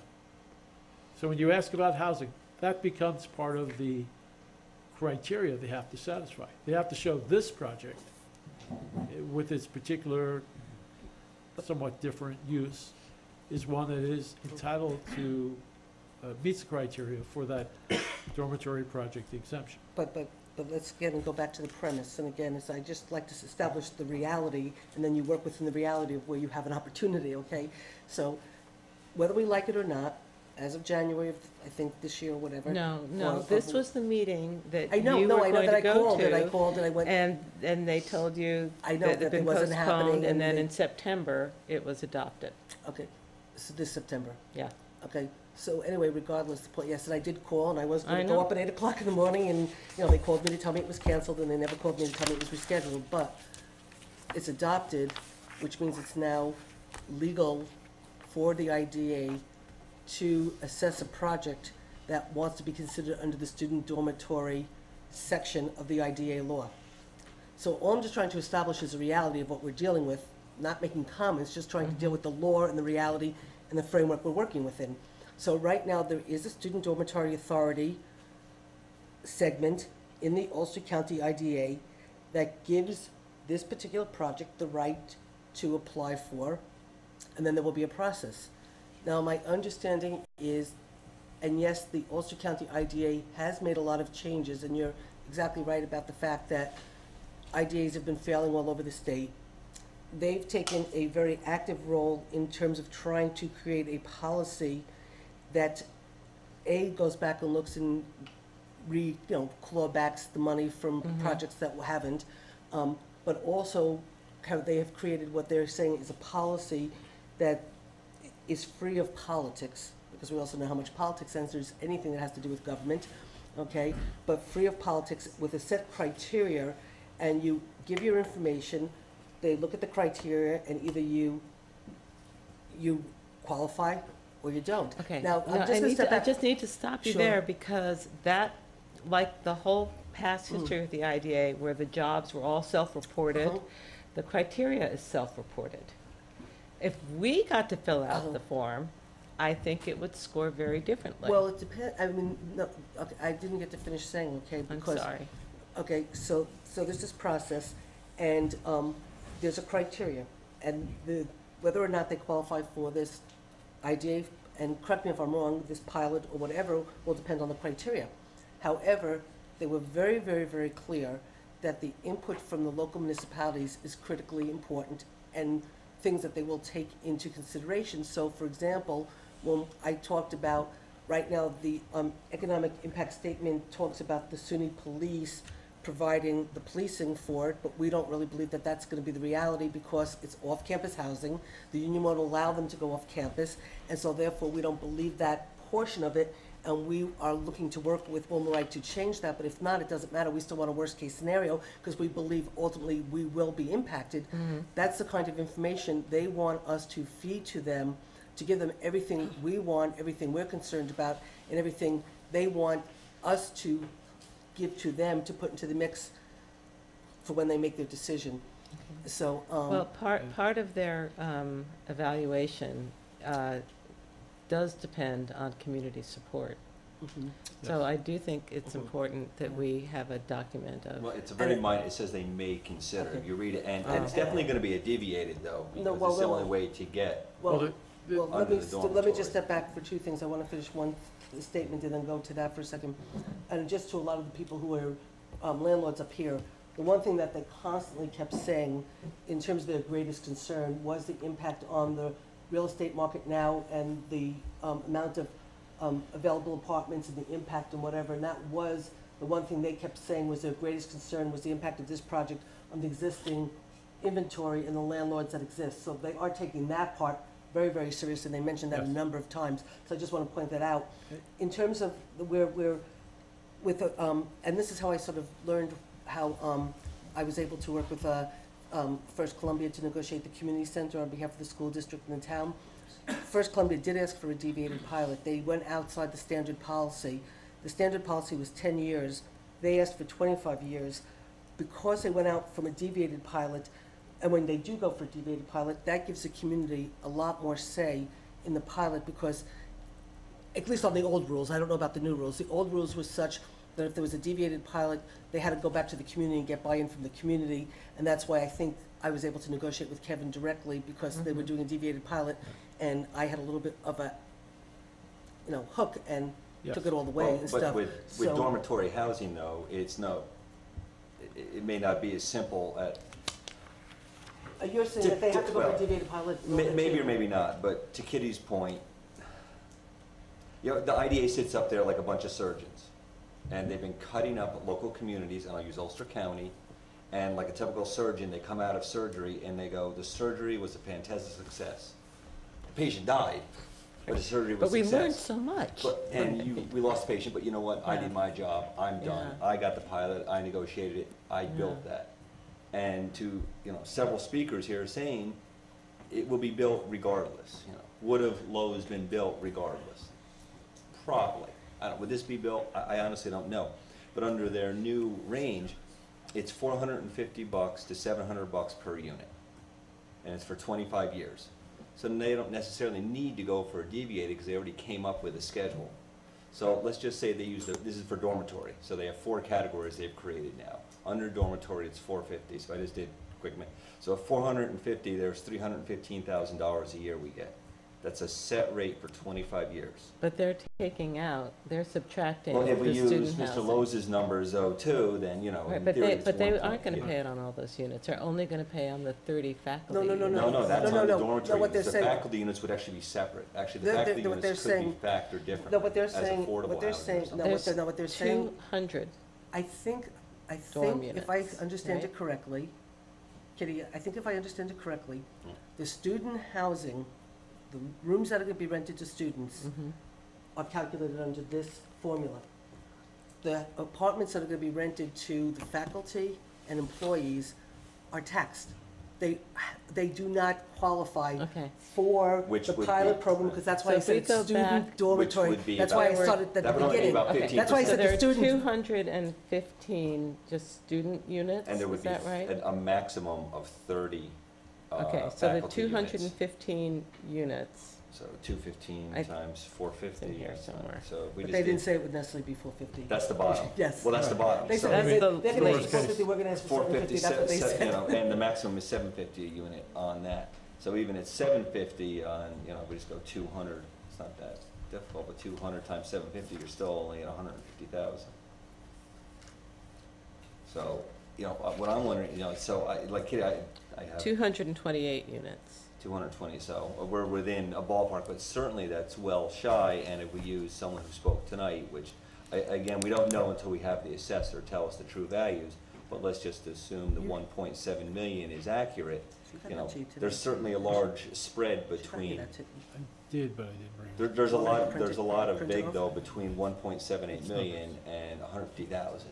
And that, there's certainly the impact, so I think the concern that we're having is, you know, there are a lot of upside impacts too, and I don't know how they are measured in. It doesn't speak, the IDA's rules don't speak to them very carefully, so how do we factor in, and that's one I have Well- 7 pages of questions, how do you factor in the value? And to Kitty's point too, is Bellaterra, we went ahead and did, prior to me being on this board, new zoning to encourage development in an area this community has been telling us they want this development. So what is the positive impact of having a wastewater treatment plant? What is the positive That's impact? another aspect And we then have to how talk do we about. factor that value in against the value of my police services are going to increase, my ambulance services are going to increase, my fire is going to increase, and I do need to cover those services at a fair rate. As Mr. Brown said, they have every right to get a payment in lieu of taxes for developing this in our community and us getting a public benefit, but at what cost? And those are the ones where I really have a lot of questions. They're not spoken, the dollars and cents aren't spoken to in the DEIS, and the environmental impact, the environmental impact, economic impact statement and the fiscal impact statement written by the developer has some numbers that I don't really fully agree with. So Right. where can we Can address I all just jump in those? before, and then Sure. I'm gonna let you take over, but what you just said is really the crux of everything in essence, in a sense, because it's something that we haven't talked about, which is the sewer and water component of this project. And, you know, what they're doing with sewer, what they're doing with water, how that impacts the town, does that have a benefit to us or not? How do we balance that benefit for the fact of getting us sewer and water for the town to create our own destiny, and then actually kickstart South Park Corners and potentially have development? And then, so you take that portion of it, and then, of course, then the expense to the community to make sure that if this project should go forward, that the cost of the fire, rescue, and police are not on our shoulders, but are taken care of through the payment in lieu of taxes in a Right. sense. And so You that know- is sort of, I just have two things And to then I'm say to gonna that, throw it and over to then, George. then I promise you'll get a chance to speak. One turn. is that, we keep talking about, when we finally get infrastructure, we will be shovel-ready for new industry. But every new industry that comes at us wants to be off the tax rolls.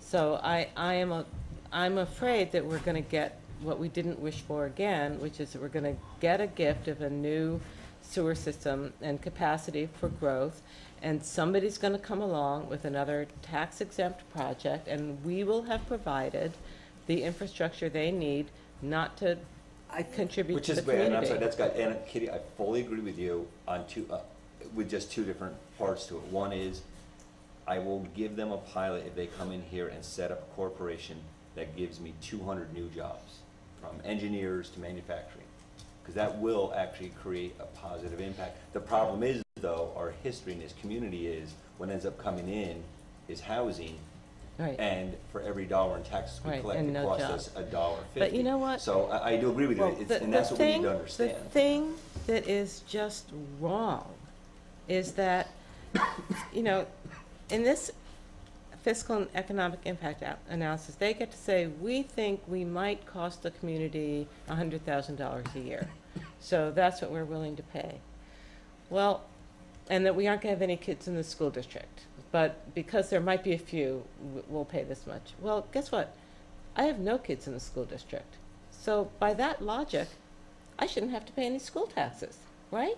I mean, what if we all just said, hey, I didn't cost the school district anything this year. Good luck. You know, it doesn't work that way. If you want to be part of our community, you want to enjoy the excellent education, the cultural, scenic, historic resources of our community, join us. You know, pay your share. If everybody paid something, all of our taxes would go down. And I think that our small businesses could expand, could hire more people, and I think we would finally really see job growth. But if you're saying to me, it's worth losing over $1 million a year in taxes for the possibility of 73 new jobs, I'm saying that it is not. I would rather have the taxes. I would rather see everybody in this town be able to afford to start a new business knowing that, I mean, one gentleman just said to me tonight, he just pulled a building permit because the estimate on the new house was $18,000. You mean for taxes? Yeah. Yeah, I know that. So, okay, but you know what? If the Family Medical Center, if Woodland Pond, and if Wilmorite did chip in, everybody else could afford to live here. But you know what? And I think, Right? again, and the reason I ran for state senate all those years ago was because of the reality was that the only way you're going to make a difference on the, with tax, you know, with the taxing levy and the property taxes at the state level, because that's where the decisions are made. And that's why I ran, to try, if I should get elected, to make a difference on property taxes, okay? I didn't, but I kept working on it, and I haven't stopped working on it until I came to this job, and now I don't have time to work on it, and they're going up to Albany tomorrow, my group, to meet on this subject, to get ready for the next Okay. session, okay? But Kitty, the Susan, point is, that but won't help I know, no, the if- point is, if Kitty. everybody but isn't Kitty, chipping no, in. Kitty, I understand that. My point I'm gonna say is, okay, do we like the fact that all the property is off the tax rolls? No. If everybody, the college included, Huguenot Street included, all the churches, the synagogues, everybody paid their fair share, all of our fair share would go down. But you know what? In New York State, you're allowed to have property off the tax rolls. I'm You know, not talking about the nonprofits, although that's a conversation I agree we should have. Okay. I'm talking about the for-profit I understand businesses. that. My only point that I was going to make is, okay, you've got all these properties that are allowed to be off the tax rolls by the state. Fine, great, wonderful. Every day they take another one off the tax rolls because some senator has a friend who wants his particular business, you know, off the tax rolls, and it gets off the tax rolls. Okay? The problem is, and you're not wrong about any business that comes into this community, will try to get a tax, whatever. As long as there's IDAs, as long as there's the ability to apply, Right. they are all going to either conform and get their tax exemption. And if they don't get that, there's a 485B, okay, in the state. So any business that comes in, if it still exists, gets 50%, right, the first year, and they have 10 years till they get up to 100%. So if you Well- don't get the pilot, you get a 485B. Except so the you point don't is, New York automatically, State, because the Yes. town of New Paltz has criteria for 485B, and I can think tell I you, think this does not meet those I criteria. am just saying But that Susan, from, I'm saying, no, Kitty, I'm sorry, the global problem is a bad one, but I this is a agree. local I problem know, that and we I can understand it, fix. but I don't think that we can legally, maybe I'm wrong, maybe we can pass a law that says New Paltz does not want any projects We, that. you know what? You're gonna be shocked. I would love to have this project here. I just want it to pay its fair share. That's all, because then everybody is playing on the same level playing field. I don't disagree. I'm only here, I don't think there's anybody who disagrees. Okay, I don't think there's anybody, but right now, there is a reality confronting us. There's a project on the table. They've got the right to go to the IDA to apply for a payment in lieu of taxes. And so the question in front of us right now is, as this project proceeds, how do we want, what is it we want? What are our options? What do we Right, need to that's our discuss? job tonight. Okay, and what can we do to help influence the outcome we want within Right. the law that we can? Right. And so what I'd like to do is start to work on those issues. Good. I mean, I think we Okay. all feel the same way. You know, Okay, all right. Thank What do you. we need to do? The first thing you need to do is focus on the secret process. Because what that is going to do is create a document that will become the basis for the actions of all involved agencies. And in that process, you are going to, not you, but the lead agency, with the assistance of involved agencies, such as the town board, will analyze the fiscal impacts and the fiscal benefits that flow from this project. And that will become part of the material that the IDA can use when making its determination. okay, so Okay. I am going to stop you there because we are, okay, so we know We're out of that time? they, what? We're out of time? No, because I just want to get the steps down, like, you know, I don't want to move to number 2, because I want to Okay. get how we do number 1. So we have, I have 3 queries out, one to the Fiscal Policy Institute, one to Citizens for Tax Justice, and one to Tax Equality Policy, asking if they would be willing to be our consultants on the economic. And so I'm waiting to hear back from them if they would do that. My only concern is just, not per se a concern, but this document that they put into the into the DEIS, the fiscal impact statement, it is going under, it is being changed and updated, right? I think, I mean, because there has been feedback given to them already about the fact that we have concerns, you know, we've talked about it at the meetings publicly and stuff, about the police costs of what they're using in the police, the fact that we don't believe, you know, that we might want a worst-case scenario and stuff. So they are trying to collect new information. I know that Jeff and Tom have, you know, have been going back and forth on the information to use. So my only concern is that if they come up, since they are going to, do you have an idea of when you believe that you might have a revised fiscal impact? Have you been getting the information that you need from us in order to, so you still need more stuff Right. from us in order for you to be able to make the changes that we would prefer to, that we would like to Well, see? so, and I'll interrupt you, and Okay, then go ahead. I'll speak for Tom just because Sure. it's fun. This is exactly what we're doing right now. So they're not going to close the hearing, so we have a few weeks here. They're going to close the hearing. Okay, but how do So- we, how do What we we meet do- that timetable if we're waiting for new stuff and I've got consultants who Well, are what I weighing in on think the this? steps should be, and then I'll let you comment on it. Let me know if Let me I'm, go first. We can have this discussion, but yeah, but let me know if it's directionally correct, is that what I would like to do is put together our numbers, make them part of our comments to the planning board, and so we're still in the draft stage here. Okay. This goes to them, then we'll get back to final. Right, but let me clarify something about the secret process.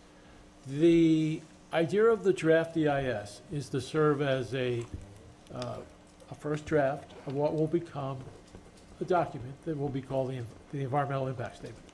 It's not intended that the draft be perfect. It's intended to provide opportunity for comment, review, consideration, that will provide the lead agency with the benefit of comment from involved agencies, from the public, about the accuracy and the adequacy of that to serve as the basis for the finding statement.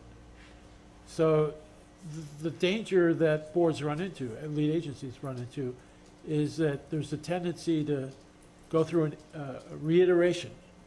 It's not right yet, try it, revise it, come back, and the real intention was that it would become the first draft, it would get marked up, you would get complete and responsive comments from all the involved agencies and from the public, and you would use those comments to make sure the the final document was correct. And that's the intention. And I would advise the board to attempt to accomplish that What happens by when the, engaging the lead agency. okay, so you get a final document, and the planning board says, we accept this final document. But do they accept it after saying, were these 10 pages of questions answered? How does that final document For get example, accepted? if you have a comment, a question, or an issue with something that's stated in the physical impact Mhm. that's in the DIS, you identify that, you say on page 27, it says the vacancy rate is something and I disagree. I think Mhm. it's actually this. Mhm. And here's the source for that number that I think is correct. The lead agency will then direct the applicant to respond with what's essentially a draft FEIS and submit something which responds to the factual issues and comments that have been raised in the course of review.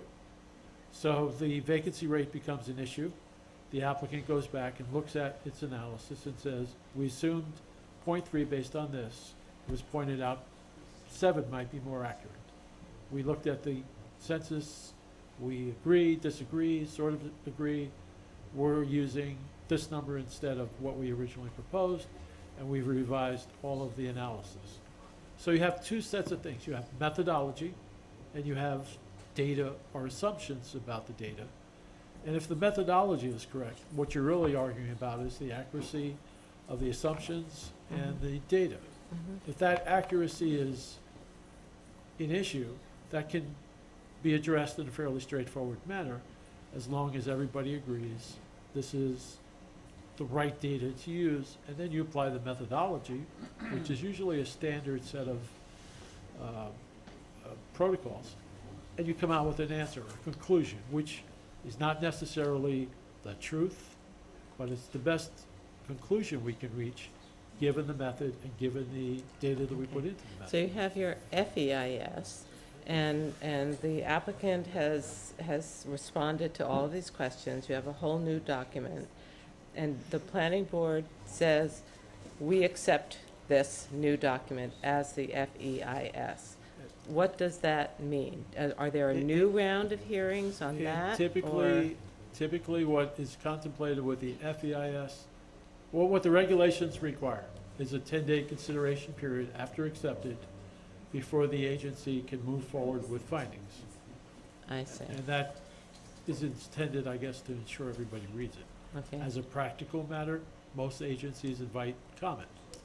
And they give Okay. some comment period, so you can look and see if your comment has been reflected. If you still have an issue, you can raise it with the lead agency. The lead agency may or may not agree with you, but it will have the opportunity. And then the findings is a process by which the planning board sits down at the table with the applicant and says, The planning board sits down with the FEIS after it's accepted and final, okay, and says, we asked them to look at this impact. After the public comment period, this is our assessment of the impact, our assessment of mitigation opportunities, and our assessment of what's left over, and and then at the end of the process, there is the balancing test, where they look at the social, economic, weigh that against the environmental, and say, has this done an adequate job for the purposes that seeker requires? You know, have we balanced this? And it's not to say the environment is the paramount or only consideration, but it says the environment must be a consideration. And there must be disclosure. And if you're going to do something, you need to show that you've acknowledged the impact, looked for mitigation, and you've come to a conclusion that when those 3 factors are balanced, this is the best way to proceed. okay. Okay, so if we can go back to number 1 that we haven't closed out yet. My concern is just not us bringing somebody in to review it. It's just that to bring somebody in to review this particular fiscal impact statement when we know it's already being changed to reflect some of the concerns that we've already addressed, that I would prefer, you know, I think our goal needs to be for us to get the information to them as quick as possible, and then let them take that, put it in, and maybe we can come up with a timeline to say we have to have that back, because that's what we want reviewed. So all I'm just saying is I want to make sure Okay. the outside person reviews something we feel more comfortable with, because right now we already know that there's things in here we're not comfortable with, we right? just communicate directly with the developer? Jeff has already Well, we been, could. Jeff Well, is, you're yes. giving information. We've and already I- To the planning board and to the developer, I mean, we can. Go ahead, Michael. What the developer needs is access to the town records in order to do the fiscal impact of services and costs. So, I, as a planning board member, don't have that information. You've been working with Jeff, but you have to ask the right questions to find out what the services are gonna cost and what kind of impact it is. I think the initial questions I asked were to the wrong people and the wrong questions. Well, I I don't, think you have to do a lot more Yeah. digging into that area. Yeah. And that's in fairness what to I'm them, trying I to don't necessarily think they asked the wrong people. If you know, asking the chief of police in Newport's the impact is the right person to ask, and asking Dave Dugakin is the right person to ask. It's the assumptions of which, you know, they were told, you know, might have been wrong assumptions. So they were told that the campus police will be servicing this area. So when they went and spoke with the chief of police and said, well, the campus police is Right. servicing this, so what impact will it have on your policing agency? And the chief answered it based on the way Right. the question was Right. posed. Well, it won't really have So much do we impact have- do because, we have an and we're answer to saying now, that? we don't believe that that's the reality, because we don't believe the campus police at the end of the day will be the ones, because it's not for, it's off the, it's off It's of. not on the campus. Exactly. That's that So- email I sent you, and I Right, sent so we to said to, both so the we have planning board already, and- we've already explained Okay. to Wilma Wright, we Okay. don't buy those numbers, we want to see a worst-case scenario, so now they have to go back to the chief, and at this point possibly to some town board members who might say, well, you know, the chief said X, Y, and Z, but we even believe, Right, you know, okay. blah, blah, blah. Is So, this gentleman? that's Tom are- George Are from- you the economic guy? He's Let the the record show face, she's not he's pointing. the, he's the face of the project in New Paltz. He's the- Okay. So I guess I, Do you want me to invite him up to, would you Well- guys have a problem if I? Can I speak for a second? Yeah. I'm Sure. the lawyer for the applicant, Michael Moriello.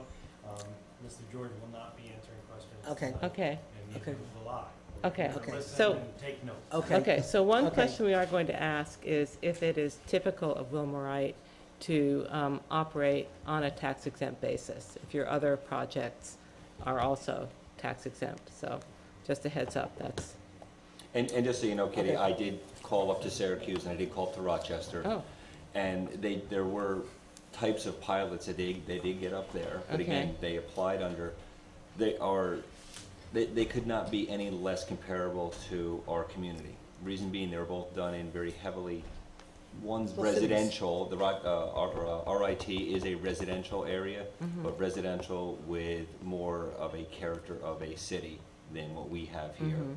The other one is right in the heart of Syracuse. It's up on the hill. Okay. It's at Syracuse University. Right. So the pilot offer there, they also have a mix of retail in theirs, which exactly. we don't have. Right. So they're getting total, the pilots they have up there, I even spoke to a woman yesterday up in Syracuse. The pilot they used up there was based on a lot of different factors than was used Okay. here. It's not, Right. unfortunately, they're not Yeah. It's comparable. also, they're different agencies. Yeah. for And one. it's a different agency. There's a lot of reasons why they're not comparable. Okay, so let's go back to process, because I do want to try to end this meeting at 10 o'clock if possible, so let's go back to process. Okay? Before you so- leave that, the first one, though, what I want to know is. We haven't left the first one. What would be trying. reasonable?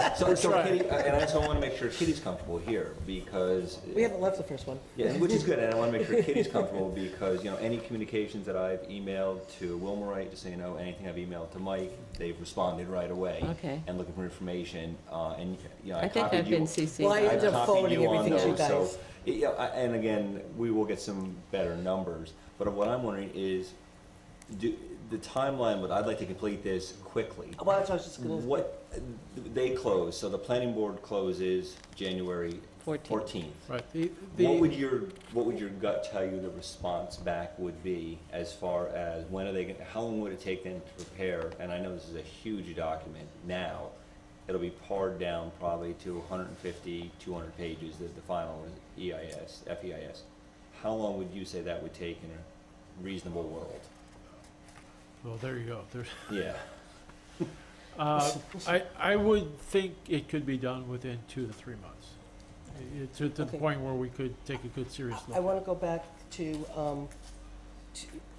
back to this, okay, we want to analyze the fiscal impacts. We're considering bringing in an outside consultant to do it. Kitty has made the contacts. We're waiting to hear back. So what I would like to do is do a timeline, okay, of, what do we say, by the end of next week, that we should have that as a deadline? Well, what I'm for- wondering though, and because Katie, the way I see it is without asking very direct questions and having direct information, and that's why I'm asking, you know, an unfair question of what you think the timeline is, but let's just say it's 90 days that we get the response back. I would rather take that response that we get and then offer that up to an outside expert at this point. Okay. Because Well, I I think mean, what we're- Susan, are you comfortable with the questions that I've asked Well, here? no, Right. no, I'm not Can even up to, I'm not even up to that. I'm But- still on well, the fiscal because then I impact. think we can meet, think no, every I 15 think we minutes I'll can get the meet a chance to talk. timeline. If we need to sit here as a town board and come up with a whole new range of questions, I don't think we can do that by the end of next week. I'm not asking for a whole new range of questions. Are Are you willing to use mine as the basis? No, I'm not willing to go there just yet Okay. because George hasn't, what I'd like to go back to is, George started to say, there's a series, there's a process we need to go through. Okay, I'd like for him to first go through the process, but he said number one, and we haven't gotten past number one. So what I would like to do is, because one of the first one he said was we need to analyze the fiscal impacts. We understand we already have questions with the fiscal impacts. So right now, we know that they're redoing it based on our concerns. Now, if we want to talk right now specific to our concerns with the fiscal impact, Right. we could do that, right, because that's relative to Right, this, and but once we're done that's with. what I gave Is that you. every single solitary one of those has to do with fiscal impact? Most of them. I mean, you've read it, right? I can sent I- it to you. I know, I read through it, Okay. but I asked George to take a look at it and to tell us what he thinks specifically is relative to. Well, It out. Susan, Can I I'm very glad have to my have your expertise here, but I'm upset that I spent a lot of time on this and you passed it off to George, but go ahead. I didn't No, pass it I off to George, I just asked George to, he told me he had printed it off, and he looked at it, and I said, okay, and can you tell us what you think as a board we should address? And he said to me specifically, because I had already had said, I don't agree with the first thing that you talked about with the affordable housing, so instead of getting into a debate about whether or not me and you agree on that, I asked George to Okay. review it to see what he thought was of pertinent information to us that we could talk about. I- And he said, you always have the right to then proceed on your own, so I'm just trying to get to Right. What our I role- hope is that the town board will submit a document. I mean, We will, if we we can- are an involved agency. We are, we haven't got Okay. to, he's gonna tell us to do that, he just hasn't gotten to Okay. it. We know Not we unless I get a chance. Okay, number one is that, why don't we forget, instead of how we're gonna solve this, tell us what you think we need to do, then we'll figure out how we're gonna solve it. What I think you need to do is focus on what I would call issue spotting with the information that's been presented. And to the extent there is something specific to your duties as a town board, such as the creation of the water and sewer districts, any issues that you have with respect to what the applicant has discussed in the FEIS, you do not need to answer questions in the sense that you have to tell the lead agency, this is the rate to use for the police, this is the rate to use for fire, this is the number of calls that you should use for the calculation. If you could do that, it would be good. I mean, it would be helpful, but it's not necessary. And what I would suggest is you focus on the points that I think have been discussed tonight regarding the adequacy of the information, the methodology, to the extent you disagree with the methodology, for the fiscal impact analysis. Because what you need to do is basically put something in the process for the planning board to look at and say, we need to take care of this in the FEIS. So what you will not get out of this process is a new, complete, correct fiscal impact analysis by January. That's not going to happen. Okay, so, But I mean, what do you you are think gonna anybody do- on this board has the expertise to do what you just said? To identify the issues, yes. You have done a great job of doing that in terms of, between the three of you, looking at the things that the fiscal impact analysis has put out as its assumptions or its assumed facts. The police Right. call of, what was it, Mhm. 20? Well, You know, just the fact we've that- had a right, lot of right. discussion about that, and that's obviously not information that the board agrees is true or accurate. And the developer is aware of the need to change it. The planning board is aware of the need to Okay, change it. that's an easy one. And But- it's easy and it's essentially done, because what will happen is, as a result of that is, the FEIS will say, this issue was raised, the adequacy of the information, this is what the developer will say was done in the first instance.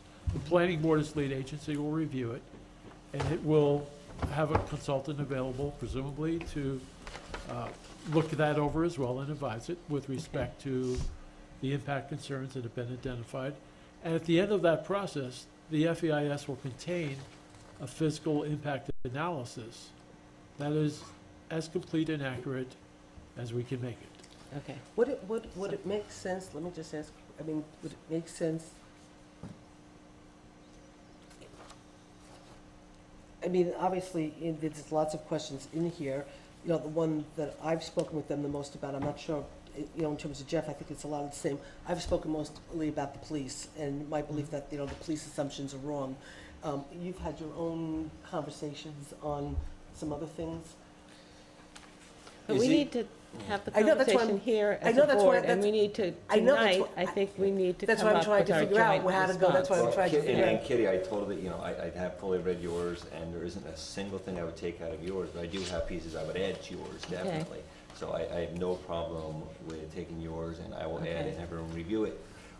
I just want, during this review process, and then we'll let Susan let us go to number 2, is during this review. I got to number 4, but you We'll were try. keeping track. But for those keeping score, during that review process, would it be unusual for there still to be dialogue between the developer and the planning board, or developer and this board?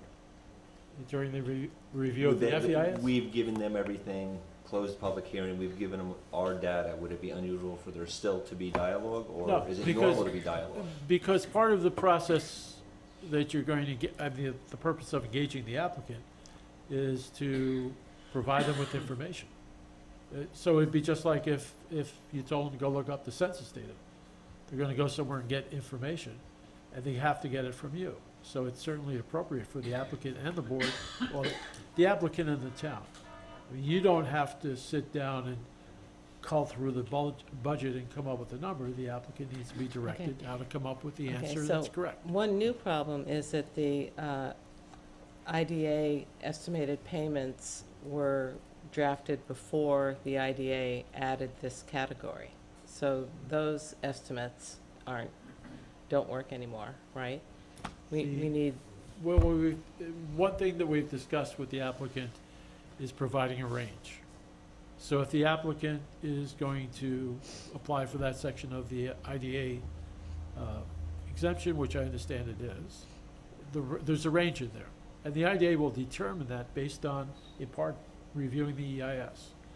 So there's going to be a range that can be incorporated into the fiscal impact that says it won't be lower than X dollars per unit, or won't be higher than X dollars per unit, because that's the range that the okay. IDA is. Can the town board put in its comments to the planning board that we don't believe this project qualifies for a pilot?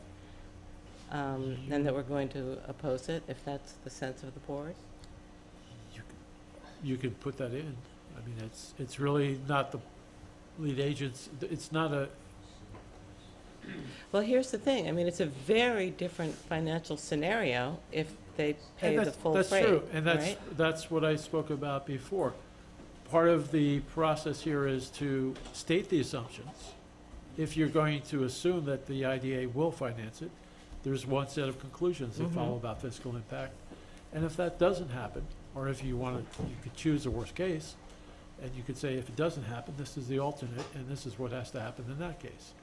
But, so, the applicant then knows, if I don't get the IDA pilot agreement and make payment pursuant to what was analyzed, there is a risk to my project, because it may be that the circumstances that were described in the EIS are not accurate, not complete.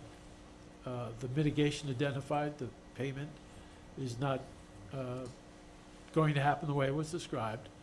And there will be a new review, because those assumptions were not met. So if I assume I'm going to drive from here to Poughkeepsie at 35 miles an hour, and I'm going to get there at 10 o'clock, if I start to cross the bridge and there's a wreck or there's a traffic jam, my assumption was wrong. I have to recalculate. I think what's troubling me is that the planning board is reviewing a document that presumes a pilot.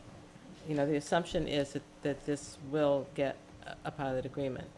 And so all of the financial assumptions are based on that. And I would like an alternative scenario that shows if this were a taxable project, what the benefit to the community would be, and the hardship that the difference, the loss, is on our community. No, but Can we do that? If you go back, and this, I probably read this 2 years ago, the scoping document, so maybe it'd be a year or 2 years old. I think it's got a 2011 date on it, so it's old.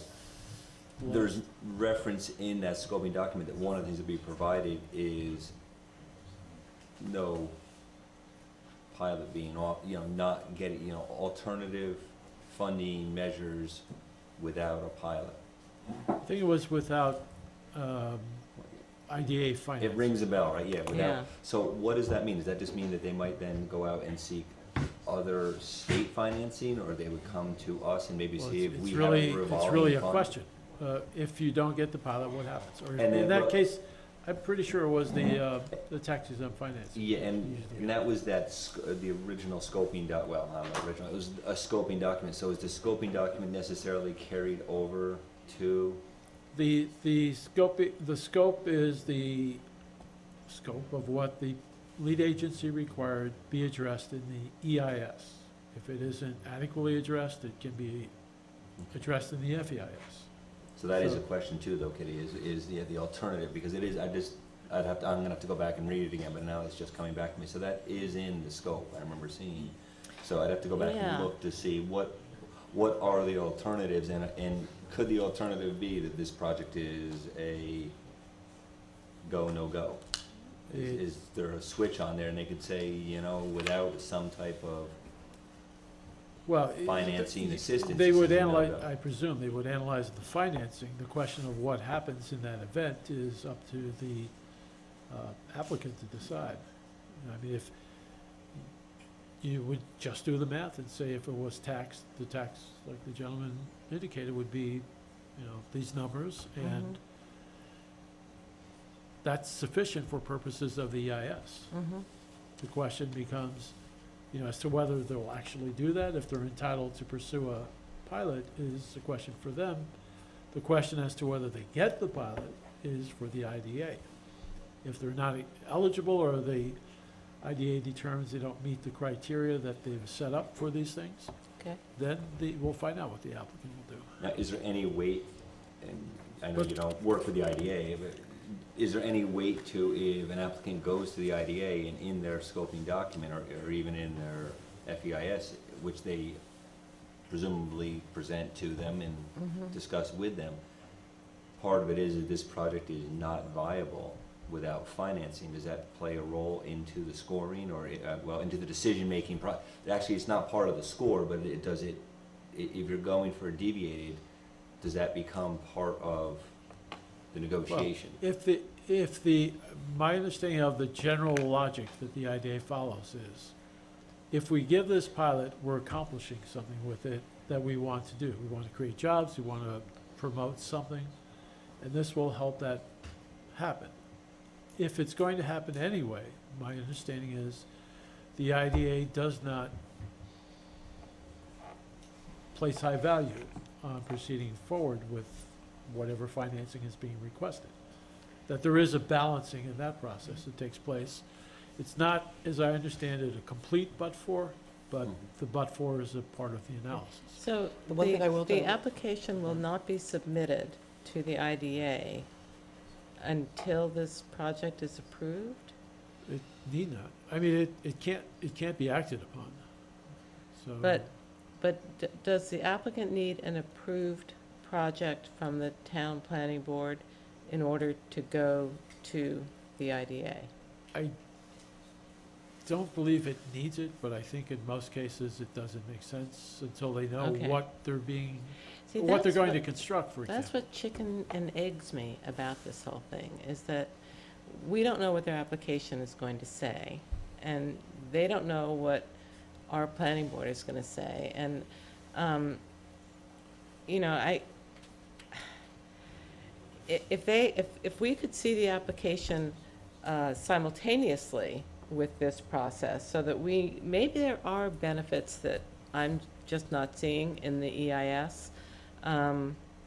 But, you know, after this project is done, then the developer takes an application to the IDA, and it's really out of the town's hands. I mean, we can certainly go, or they'll have the public hearing here, right? It's not entirely out of your hands. You certainly have the opportunity to participate in the discussion about whether the project, what the impacts are of the project, how those impacts can be addressed by pilot, and whether the town in general supports the activity. Okay. What doesn't make logical sense in a way is that a company would spend a ton of money, which they already have, and continue to spend money Working on their second term. to go through a process, hope to get approval, and then first go for IDA funding, and if they should get turned down, Well, on and the they can't other build, hand, they can't build it because it gets turned down, then right, it- but so if it's- if this project can only be financially successful if it gets IDA funding and tax exemption, you know, I would think they would Well, want to know that as soon as possible. It's not just only financially successful, it's called an inducement resolution for a reason, which is that by granting this exemption, it makes something either possible, period, or it makes it more possible or probable will happen in a certain place. So the idea of the IDA is, sure, you could put, and Lowe's is a bad example, because it's Okay. retail. All right, well, But the chip factory that's up in Albany yeah, could go in a lot of places. And they Right. put together a package, Right. and he said, I want one of those. well, it's, you know, I know, but you know what, dormitory Bruno doesn't live housing here. is not, that would help. is not on the town's wish list. So I think we It's should on the college probably wish list, but- take out the reference to, I'm gonna remove my reference to the whole chicken and egg part about the IDA, because It doesn't. it is just the way it happens. It's just the way, and what Right. kind of surprises me too, and I guess this is something that, Where is and you that, tell me, Kitty? is it fair? So for It's on example, page the water 2. and sewer impact in the economic and fiscal impact is almost like, it's almost like a throwaway paragraph in here. So is that fair to ask them what that impact could be? Because that actually is a upside impact, so to speak. So I do want to know, what do they feel is the impact of that? What is the impact that that potentially could have, or does that not weigh anything at all into it? Well, it To- depends on what it is. If you are looking at the seeker process, there are benefits, it's a cost and benefit analysis Right. that's being done as part of the fiscal impact analysis. To the extent, for example, that the water and sewer facilities that they're going to construct and offer for dedication to the town can accomplish something the town would otherwise have to build facilities to do, they could attempt to quantify that, and they can argue that's a benefit, because we're creating something that would cost you money to build, and you're going to be able to utilize it for your purpose of promoting presumably non-tax exempt development. And this is a good example, though, almost, and maybe I'm wrong on this, but that seems like an example also of chicken and egg. We need to first have this infrastructure, and if you don't have users in that district to tax, we're gonna foot the bill, or we gotta go out and get the money. Right. So you have someone, there must be an impact to that, I'd really like to understand that. And then to continue on that, once I see what that impact is, we then need to sit and discuss. History has proven to us, unfortunately, that the impact is it attracts housing and not jobs. So what do we do then to attract jobs and not additional housing Well- onto a water and sewer district, because then I just need to pass it. And not to make light of it, but I will use the example, and the poorest example I can in our community, Sewer 6, which is, a sewer district that is costing this community large sums of money, and I cannot physically bill those users the amount that it's in Right. debt. Right, It needs to go out over time, so. right.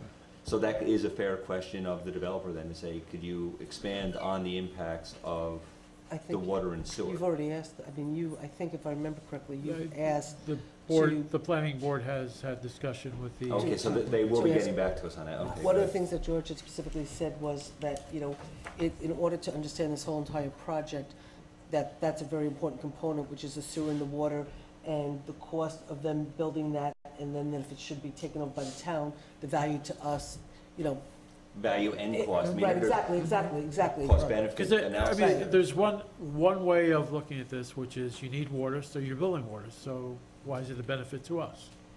That's a fair question to ask, and it's the applicant's challenge to say, we're doing what we need to do, but it also has advantage to Right, you. it has extra capacity. And the problem is, Right. how does that water get quantified? And the easiest way is to say, if you wanted to do this and create that amount of capacity, this is how much it would cost you to dig a well, find the property, Mhm. Well, they create the say water it's a treatment and $2 so on. million investment, Well, this sewer system, right? You asked for more Dave is definitive- very familiar with construction costs. Okay, I mean, that's just what's in the DEIS, There- so. That's why it's a draft. There- So there's- we have the They- opportunity to It's their number, right? It's their number, and we're gonna review it. Okay, It's their We'll number, find but our experts have to accept that But- number. okay. But the other point is, it is $2 million for a system that will serve them. It's not all Right. benefit to the town.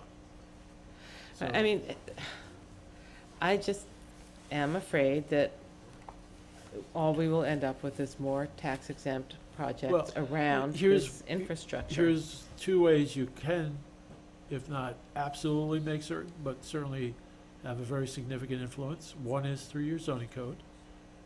The water and sewer is being provided for a certain portion of the town. And the second part of that is you make the determination, once you accept the system, as to where the district exists and who will be served.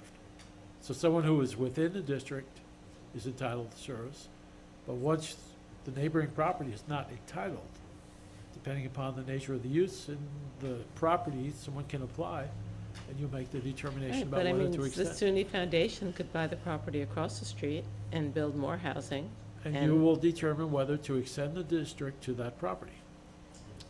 It's So- gonna be a sewer and water district, But no, so but Kate, it's an off-the-tax I type thi- I thi- expense. I think if what Oh, Kenny's saying the other- is that you extended the district, but now they go by the land in the district.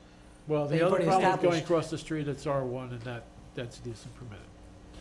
So, Okay, so you have two tools, you need to use them. okay.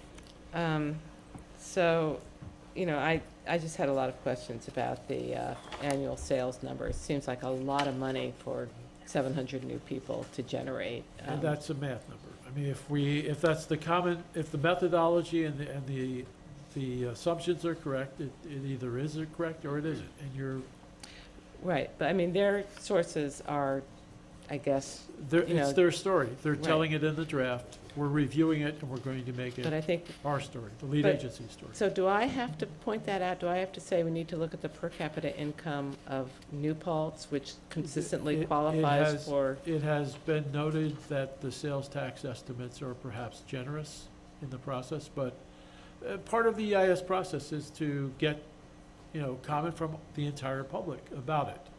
And that's a comment that you can make as an individual, as a member with knowledge of the community, and the applicant Okay. will respond to it. And there's no way that we can say we want residents to get first preference for the jobs. I mean, you can't discriminate against people, right? You have to say all these jobs are available to everybody. Well, there's no practical way of doing it, I think. Okay, But certainly proximity and knowledge is, okay. I mean, I have to say that's another one of my gripes with the IDA is that it's great to create 217 jobs, but we've been creating jobs for people who live far outside of the New Paltz area under these programs for a long time.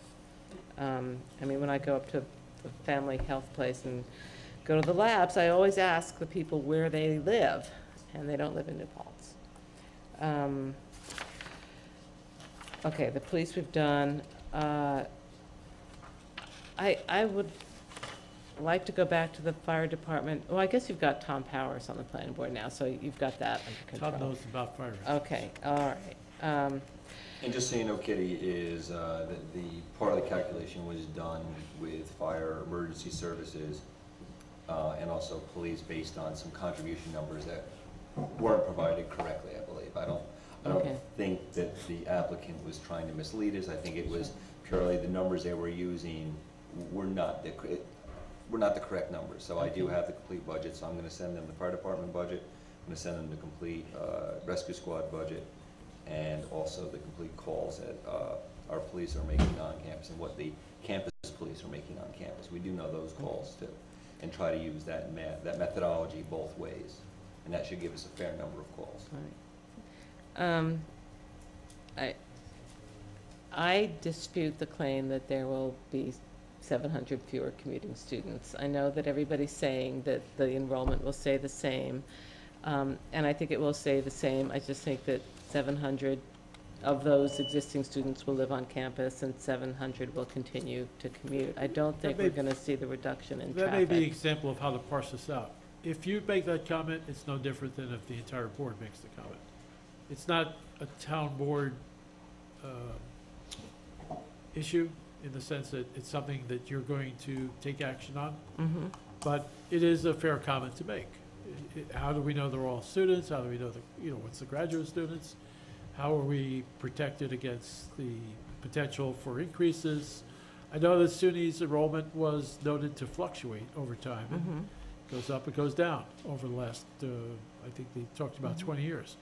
So there is a number, and that's why we sort of, I think, are looking for, in some of these cases, for a worst case scenario. The worst case is enrollment over at SUNY over the last 10 years, whatever that number is, I think 8,200. Yeah. So if, let's use this assumption, study the traffic, but if it goes back up to 82, is there a traffic issue that we would miss out on? We can't, Well, we don't know. I think we should just assume the same level of traffic that we have now, plus 750 new residents on the campus. Whatever the numbers are that we all agree upon, we'll look at, but we'll have something which is a sensitivity analysis. Okay. Is it really a bet? And Kitty, I hear what you're saying. I don't. I hear because I New might be Paltz is having- already it's the first or second hardest SUNY to get into already. So, and I'll use the example of our daughter Times have Kelsey. changed. Yeah, it's very difficult to get yeah. into. The example of her is, at the top of my head, it was thousands, 4,000 or 5,000 transfer applicants, and then it took in like 1,600. One of the reasons, along with her having very good grades from SUNY Plattsburgh, was she didn't require housing, and that was a huge factor in getting her in. Now, we of course all focus on that she has had incredible grades and they wanted her. And you but know what? I that think is- it's great that but that local was- kids can go absolutely. to this fabulous institution. And- You're paying the same tuition, But she I don't didn't have a require it. problem with that. And I don't know if I have a problem with, and I don't think we're going to see, I don't believe SUNY has the ability to increase, and we had, President Christensen has been at several of the meetings and he has spoken at them, and he has not led anything to say that we're going to increase I enrollment. don't think they're going to increase enrollment. I think it will stay the same. I think the traffic will stay the same. Yeah. I think we'll just have 700 students who were commuting, living here, and 700 of those 8,000 will continue to commute. And that is very that's- possible, and I don't know if that's such a downside, that we're just gonna be, I don't know if it's even gonna be 700 migrating from. Well, they're saying that it's going to be, that traffic will be reduced. Is a commuter someone that lives in the village? No, No. it's they somebody who lives outside of the town. lives by their- outside of the town and or village, and they commute. But it's someone who has a place to live, and they're going to our college. I think that's fine. I mean, they're going to SUNY New Paltz, and they don't live on campus, but they are getting the benefit of the education. It's not a hardship for our community. It's not a hardship for the student. I just don't think it, you know, they're saving money on room and board, probably because they're living at home, as in your case. So the only need I can see is the need to build housing that earns income for some people. From the seeker standpoint, you are, I think, expressing a valid philosophical point about why are we doing this, but from the seeker standpoint, the assumption about that is driven largely by the traffic study. And the analysis that's been offered by the applicant, the traffic study, assumes a certain proportion of people already coming into the village through 32 North down and coming onto the campus, or coming as a result of not having housing available on campus or near the campus. But they're still enrolled. No, What's the problem? I don't see the problem. They're getting to the school. environmental impact is that they travel through a corridor where there's a lot of traffic. And the question is the impact of this project going to affect, in a negative way, the traffic conditions? And that's really what that is Okay, so directed are at. we convinced that there will be 700 fewer cars coming in and out of New Paltz There's every this day? traffic study which looks at, it's not 732, it's assuming, it makes certain assumptions. Well, wait, these are all commuting students, so it has to be 732. No, it's not 732 students taken off the mix. They come from different directions. Yeah.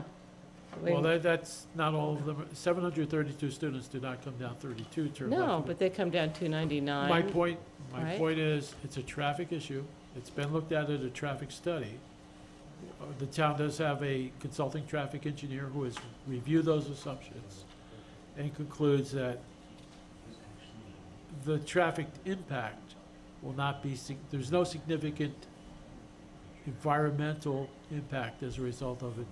I mean, positive Can impact. There's no we go back- reduction can we in go back- traffic? No, there's a, Can we just go back to you want to include this concern in what we tell the planning board to look at? yes. Yes. Okay, Kitty wants them to look at it, they're looking at it, they've got their Wait. experts, why are we But- discussing it? Because because this is so the traffic consultant is saying there will be a decrease in traffic as a result of this? He agrees with the assumptions in the traffic study. Our Generally, consultant does? yes. That there will be a reduction in traffic? Yes. As- It's Not- 40 cars in the morning and 30 cars in the afternoon, or maybe the other way around, but those are the two cars. Yeah, it's not, a complete black or white, but it looks at the traffic changing as a consequence and the impact of the change, for better or worse, How on the does existing. 720 students? We're doing the math on something that is, hard to explain. Well, in I a meeting. think it's, okay, so we But it's get a fair back to the question to school ask. district. They say that there'll be no impact, and I say, even if there's no impact, everybody Okay, should The pay. FEIS should answer What do your you question. think? There's only just one Hey, I thing. got an idea. Why don't we build 20,000 more houses, and then we'll have no vehicles on the Okay, road? anyway, Huh. That makes sense. the only thing I was gonna say about the school impact is right now, based on the way, if they should get a payment in lieu of taxes, the school district qualifies, the town qualifies, the county qualifies. There is a possibility, and I can't remember exactly right now at this moment how we have to go about doing it. Might be going to the state, and talking to our senator and our assemblyman, I can't No, remember. right now, okay. The basic way the pilot is allocated is based on what the distribution would be if it was taxed. Right, So whatever proportion the school district pays, right, exactly, that's the proportion of the pilot. right. So what are the questions, go ahead, I'm sorry. So the general municipal law section that deals with this allows the taxing jurisdictions to agree to alter that. Right. So if the school district were to look at this and say, well, we really don't have to do anything, we're getting all this money and that's not really equitable, they could say, we'll agree to a higher distribution going to the town because the town's being impacted by fire, sewer, and so on and so forth. Right, and that was the thing that we talked about, is I think that would be something this board would want to do, is that this board would want to engage in conversations with the school district, that if a pilot should be granted, that we are requesting that the IDA, I guess we could make the agreement amongst ourselves, and the IDA would have to respect that, or they'd have to accept it? I believe if the they choose- IDA, would well, respect it. it doesn't say they have to, but I think they should. Well, they said, I think, I mean. I think they would, They and would, they should. they would. So My I think that, experience was we all sat around the table. The school district, for Woodland Pond, it was the village, the supervisor, the mayor. Right. The affected, the taxing jurisdictions that are well, anyway, I just. payment in lieu of the taxes. But I those would, jurisdictions. I would assume that this board would like to enter into negotiations with the school district, that should there be a payment in lieu taxes, that they accept a less percentage and the town gets more because of the burden for us for the services. You know what? I don't want to start this whole negotiation. You know, it's divided, we fall. I think we just need to get more money for everybody. And what I don't want is for us to all be fighting over the crumbs that are left on the table. I understand So that, but right now let- they get the bigger percentage of it with the least impact. So we're already going in on the losing end. Well, We're losing twice. It's, you know, dividing up the pie according Yeah. to who's the hungriest. Yeah. You know, this project is much bigger than Park Point Syracuse. And I was surprised at that our little town, Park Point Syracuse has 226 beds, and ours has 3 times that. It seems out of proportion, out of scale for the size of our town. And Park Point Rochester, though, has like 900.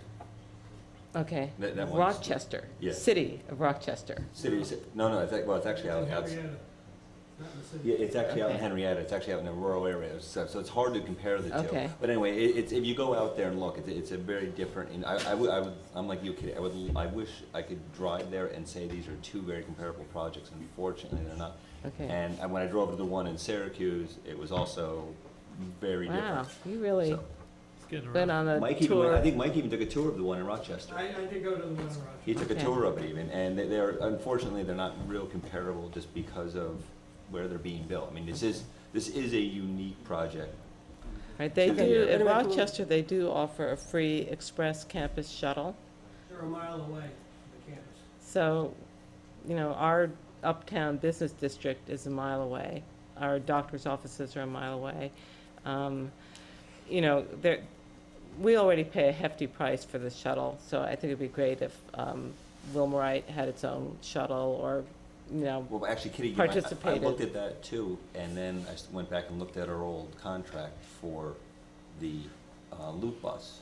And actually, we can, I mean, when Susan well, first of all, thank Susan again for going back and collecting what was owed to us, that was never Right. collected. Right. But when we go back to negotiate again, it's paid for out of the student fees because we get that from the Will student these government. students be paying? Well, of course they will, yeah, they'll be paying the Okay. fees, they're Yeah. students, it's part of, Yeah. it's not like the housing student fee, it's one No, of it's part of the those, students' it's one of those fees, like our association. daughter, all of Okay. a sudden, next thing I knew, she had 12 fees she was paying, she's not even living Yeah. on campus. Right. Yeah. So Susan Student can go association. back and negotiate with them and say, okay, we have potentially 700 new riders, I think you should kick in X dollars for these riders. Okay. It'd be nice to see, it would be nice to see that bus used a lot more. It would be also nice So- to see the And You're trend let talking- me, go up. let me But anyway, just, can we, yeah. I just want to say, these are the That's sort of actually things almost that you two. need to write down, make sure they're No, we got it They're written here. down, yeah, no. Okay. Just make sure they come through in comments, because the Okay. comments will be addressed, Okay. and we need to have that for a checklist, so we take care of these things. So the planning board is looking at the possibility of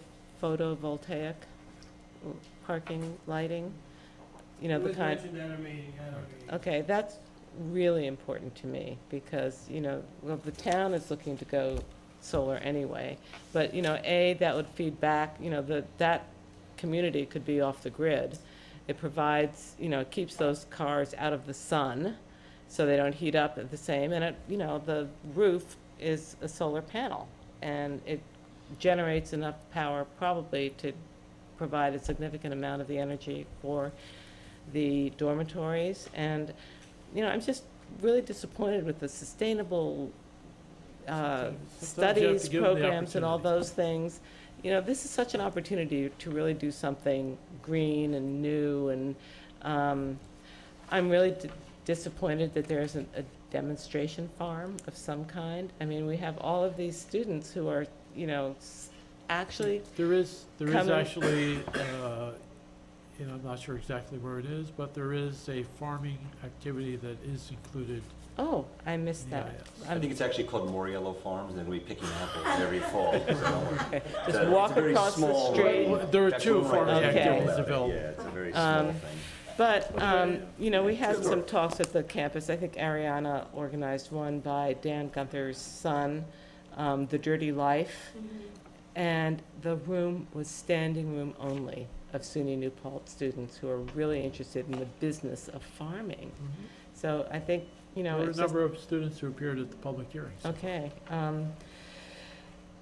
You know, I think it'd be great if there were some retail at the project, particularly a pub. I would like to see a reduction of the number of people who are going to be walking into town for a drink and then walking back in the dark at night. I would like to keep a little bit more of that activity there, and it would be an income producer for them. With Joe South. Yes, Joe's South, there you go. Joe's East, West, South. In terms of open space, you know, the I'm town. gonna open up the concession stand and sell the alcohol. All right, but not after 1 o'clock in the morning, right? 4 o'clock, it's legal in this All town. right. So, I'm gonna milk this town for every penny it gets, just like everybody else. the town, you know, passed a $2 million bond to purchase open Are you my space. partner? 5 or 6 years Be a ago. bartender? And, you know, Be the investor. the New Paltz, this nonprofit SUNY Foundation bought 50 or 42 acres for $2 million. That's the entire amount that our town has set aside to purchase 3,000 acres. So I think in terms of the economic impact, having a nonprofit purchase raw land at 5 times the going rate, the town purchased Stoneleigh Woods for about $11,000 an acre. I think that's going to have a serious and significant impact on our ability to reach our goal of 3,000 acres of open space. But I just don't see how, unless I'm wrong, I mean, if SUNY Foundation was willing to pay it, and the owner was willing to sell it, that's a deal that's been consummated. I mean, I just don't understand our role in commenting on it from the perspective there's nothing we can do about it. I mean, are they gonna go back now and renegotiate No, and but give money back to, give money back? But it affects, it will affect our ability. I'm just trying to So understand I don't know how we note that in terms of the town's ability to negotiate in the future. You know, so far we've had willing landowners, and we've done 2 or 3 projects. We're about almost halfway through our bond. But, you know, the purpose of this actually was to be able to purchase farmland in the future. And at this rate, you know, 40,000 an acre, a little bit more. I think that is going to have a really harmful impact on our ability. Actually, though, it's not, is all of the 42 acres Wilmer Wright's lease? I believe the 42 acres that are owned by Goshawk have been offered to Wilmerite to lease. Do we have any room then to ask them to make some of that property, I'll make it up, 25 of those acres into a conservation easement? I mean, you can ask anything, obviously, Right, but I mean, it's something that you can ask that's where I'm anything. going with this. Is that- Is it viable, though? I'm hearing 2 different things. You're talking about acquiring land that's within or... Well, I don't want to acquire it, I just want to have an easement. Well, on the easement, idea. but the concern I heard you saying is that this is altering the market. Yes. And that's that's something that, you know, is maybe, it may be true, it probably is true, but may reflect market realities. I'm not sure, but I'm not sure it enters into the seeker analysis for the proposed project. Because there's been a change of ownership. It was done on terms that was negotiated, that the town had nothing to do with. The land is now available and being used for a purpose. But don't people If- use comps when they assess open space? They, You right. change the zoning, I'm kidding. right, this is the only, there's Yeah, but one or Stoney two. Woods, Valuable. but I mean, basically, Stony it's Woods was valuable. pretty much the If you're, same if you were zoning. going to right? acquire a conservation easement on land zone in the RV district that had water and sewer available potentially to it, that might be a comp, otherwise it's not. Well, I mean, I think Stony Woods is a pretty good comp. They were gonna put 300 units up there. Well, if all things are Right. equal, it's a comp. If they're not, you start arguing about it. It's what it comes down to. Well, I'm concerned that this sets a very high bar for comps in the future, and not just Well, for the town. if you're talking about land across across the river, going up north where it's really farmland and No, it's I'm wide- talking about I- in New Paltz. I know, but that's across the rivers in New Paltz too. If you're talking about land directly adjacent to the campus, then you have a comp. There's no other land in the RV district near there. I think there's only one other, I'm not even sure about that. There are very few RV parcels, most are developed. But there is high-density zoning land, You can argue it's a Right, comp. I You mean- can always argue. you know. But the point is, it's been done. It is, and if it is a comp, it is a comp. This is not changing that. Well, we can't change it, we can't undo it, but I think it should be noted that this You- has you set can. a very high bar for You can- open space. The EIS does have, Preservation. the EIS will contain some comments where a comment is noted, where you've made it Okay. for the record and it's part of the record. That's fair. That's it for me. So what do we have to do, George? Can you Can go we back to get to this? number two? Okay, so the fiscal impact, analyze the fiscal impacts. Well, there's a step. Are we doing this now, or are we not doing this, or what are we Well, doing? that's what No, I've I- just I been think- doing. I think what you've talked about several points along the process. Mhm. One is giving the information, which is the most immediate and clear need that the town needs to facilitate. But what I'm saying, for the moment, this is going to the planning board as our input for the fiscal impact analysis? Is that what you're saying, Kitty? Mhm. Okay, so if we're gonna give this to the planning board to say we want them to ask these questions and get these answers, so then we're saying we're gonna put aside having anybody do an analysis on this until we get answers to this and a new Well, this is what I want to clarify. There are points in there which are philosophical, there are points where you want to make a record statement Right. that something isn't right, and we should look at different ways to do this in the future as a community. Right. And then there are points where you're saying the numbers that are being used in the fiscal impact aren't right. Mhm. So it goes from the specific Mhm. to the broad philosophical notions of what we do as a community, as a country, and as human beings. And those are things which should be certainly considered, but in terms of the fiscal impact Right. analysis, what the most pressing and obvious need is to make the numbers correct. So we and the applicant agree these are the numbers. This is what we're going to do to analyze police costs. And this is how we're going to apply this to the methodology that we all agree is the appropriate methodology to come out with an estimate of what the cost is to provide police protection and the potential for things to change. Is that because it's going for a pilot? No, this is because you're doing a Because- fiscal impact analysis in Because secret. normally, But wait, you I'm going wouldn't to answer your question. analyze that. It would Let just me- be a $50 million project, and the assessor would assess you on the value of your No, property. In seeker, you would analyze it, Yeah. because one of the The things, the economic cost and impact. benefit. We're gonna get $3 million in taxes, it's gonna cost us $100,000 to serve. There's a benefit, end of discussion. Right, okay. When that $3 million doesn't start the conversation, then you're looking more carefully.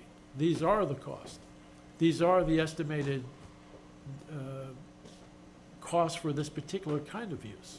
Students are a little bit different than other people in terms of they don't create the school impacts, they create police impacts, they may create some ambulance impacts that are atypical. We need to know what those are. We need to prepare a cost estimate. We need to make those assumptions and the cost conclusions clear in the finding statement.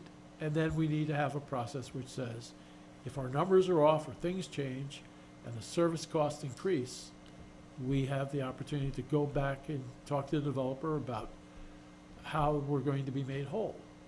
Because we've analyzed it one way. If something changes, the example at the planning board was the estimated, I think, 3 ambulance calls per month, maybe. And because of this new student drinking experience, it's now 20. Mhm. Well, okay, there's more service calls, but then the question is, what's the cost of that? My understanding is the ambulance calls involves a payment. Mhm. So if you're getting paid for the service and the ambulance, they don't have to buy a new ambulance to provide it, then there is no impact. So you need to have the numbers clear, you need to have the service calls clear, and you have to do the math, come to a conclusion about what the fiscal impact is. And there may be other impacts. Having that kind of activity taking place on a campus is one thing because it's SUNY, but then you have a dormitory authority, not a dormitory. This is not a dormitory. This is different.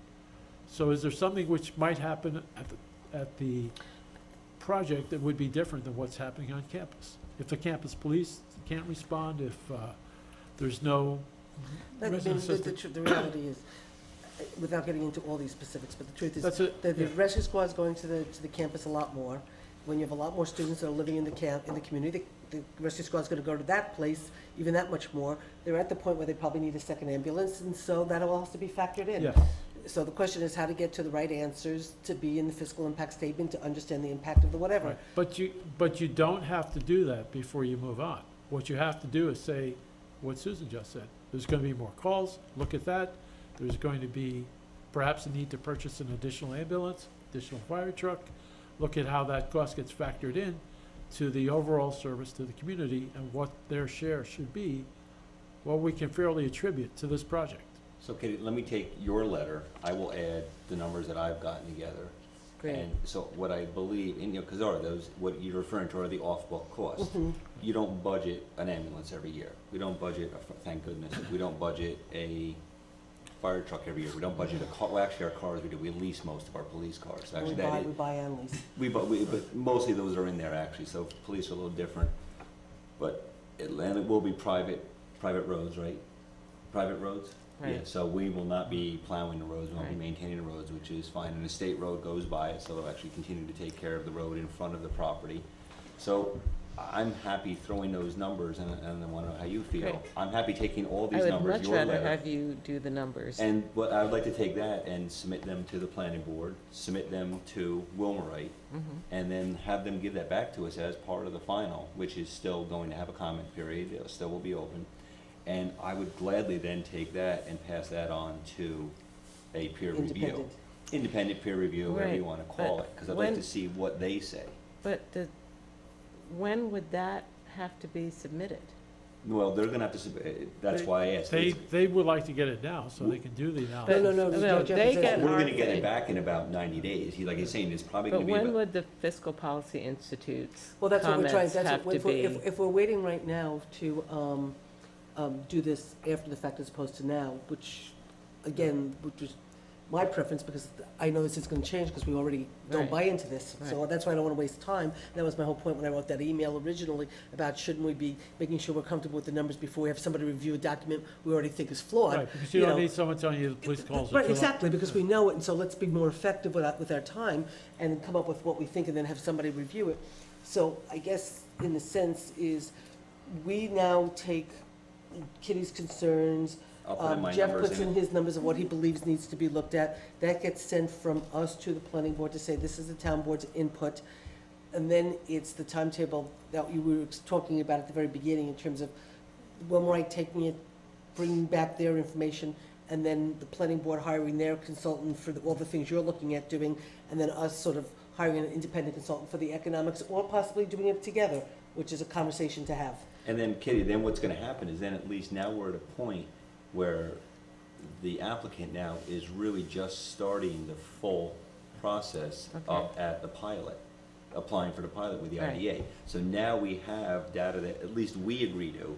Now the negotiations become more powerful from us because we agree with it. Now, when we go, and hopefully we can get the IDA to actually hold hearings down here, which I'm not sure if they will. Oh, they will. They will.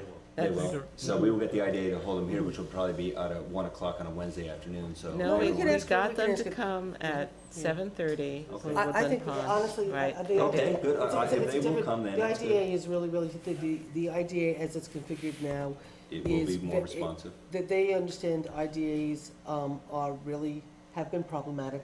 They've created a whole new Yes, thing of how to be Okay. more. It's and really, they're it's actually being- not, I just and- urge you all to go and Yeah. read their minutes, because Yeah. they really are looking at themselves and saying, And they're this is being not used now as a working pilot right. in a way, as a model throughout the state in terms of other towns, other counties are calling to say, we'd like to use your checklist now that you're doing or whatever. They are very interested in what the community has to say. I mean, they kept stressing about the landlords, the landlords, the landlords. I mean, if they said that 15 times. Right. So I happen to know Dave O'Halloran very well personally. He's the chair. You know, we know each other very, very well. I feel very confident that there is no way that the IDA, knowing you, Kitty, knowing me, knowing this board, we've got two legislators who know us all pretty well, they are going to be responsive to this community to make sure they do everything as Okay. cooperatively as they So possibly I'm can. I feel confident- very comfortable Collaboration. about So Kitty, that. I'm And very you feel the same way. If you're comfortable with your letter, if you want to change it all, it's going to take me between I tonight, just want to take tomorrow. out a couple of things. That's fine, but which- it'll take me between tonight and tomorrow Great. and, you know, in the weekend to go through, add what I need to add, So why and then don't, we can get it So back do out to we the have Why- board. why don't we to do do this? We have that the next- at our next town I was board just about meeting? to say, Do we have to we have approve a we have final? I was gonna say, we have a board meeting on the 20th. I don't know if Carol sent out the, because we did the agenda this afternoon, but if she hasn't sent it out tomorrow, I'll add the, approval of comments to the planning board on the Park Point project. And so if Great. you can, Kitty can make her changes, you can put your stuff and you can get it out to everybody at least a day or two before to review, and we'll just put it onto the agenda. In the short amount of time, I'm not gonna try and complete that, but, Complete what? the, going beyond point one. The chairman is here, and we had discussion about the possibility of creating a working group, so to speak, of planning board and Town board? members and other, if there's staff that should be involved, to go through some of the mechanics here and work on making those numbers correct and coming to a consensus, at least from the town's perspective, about the numbers and how they fit to the methodology. Well, why don't we tell him that we would probably accept that consideration if he stays on his chair? Well, you have that opportunity. You want to invite him up to the mic? You want He's- to go on the record? He's not giving any guarantees, is he? I'm just saying, if he's making a suggestion to us and then he's bailing, you know, it would really be nice to to step up to your suggestion and be part of the team. What's one more year, Mike? Come on. Mike, you always get the really juicy project, you know? You remember the other. Yeah. And they actually sound a little the same, Wilmerite, Walmart. Yeah. So I'll wait to hear your answer before you give we give you our answer. But I do need to know, But yes, I do need to know though by next week, because I was going to put on the agenda the planning board chair, so we can start January with whatever, so you and I can have a couple of conversations, and we'll decide what we're putting on the agenda. Whether So- it's a team approach, or it's replacing the planning board chair. But yes, to your comments, Mike, and yours, I mean, obviously, I would be very interested in sitting on, and I think there's a lot of upside to that, and that's why I've been copying you on all the emails that I've sent out to the board and to Wilmerite, and, I think that I'll leave you guys to work Okay. that I out. just We won't want work it out. Don't worry, to he's gonna understand stay, I one know. final thing. We give this to the planning board, the applicant goes and answers all these new questions, gives us a whole new document, The FEIS, right? and the A revised planning document. board closes the public hearing. This all happens before? No, No, The- they closed the public hearing before. the public, the reason is slightly different from a standard land use application, because the public hearing is the opportunity for the public to comment on DIS and say what needs to be changed. So you have chicken and egg. Do we keep the public hearing open and everybody's still revising, or do you conclude the process, say this is what it is, and then let the FEIS be submitted and look at that document and see if there's new or different? For example, we are talking about fiscal impact. That has been discussed abundantly in the process, that we know the numbers have to be changed. If all the FEIS does is go through the analysis, correct the numbers, confirm the methodology is correct, and come to a conclusion that we all agree is the correct conclusion about the fiscal impact, it's not new. What I'm saying is, if we want to run that past our independent consultant, the thing that comes back. You certainly have the initial acceptance process, because the acceptance is looking at the document presented against has it identified all the public comment that was addressed to an issue, has it responded to it, and then the planning board concludes whether or not it's complete. And complete includes, does it say what we want it to say? So between the time it comes in and the planning board says it's complete, There's a lot of. once it's complete, is that when we would hire the independent consultant, or does that happen before? Well, this is something for the planning board as lead agency and the town board to talk about. Do you want the consultant to have the opportunity to become engaged in looking at the fiscal review that you're going through?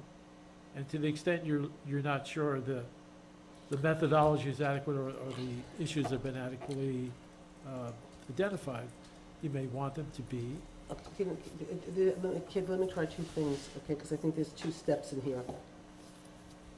Kitty's concern, if I understand it correct, is she wants to make sure that we have a say in feeling comfortable with the impact statement, the fiscal impact statement, before it gets adopted into the FEIS, because once it's adopted, that's the final document that the planning board will make their decision on and where you all do the balancing act, right? The lead agency will be looking at that certainly as part of its acceptance. Right, but I mean, in other words, They can still change it, though. before the Right, 'cause FEIS. they are going to own the FEIS. That is. Right, no, I these understand. guys have So that's to the point own every page, yeah. I'm trying to make is, So- that's the point I'm trying to get Right. clarity on for Kitty and for Right. myself and for whatever. But once is they own it, they're saying, we these believe are these the numbers. That's right, exactly. But they will be able to. Right. But right, comment on- so my point is that it's my belief, and Michael can correct me if I'm wrong, they are looking to hire outside consultants to look at to look at specific aspects, not every aspect,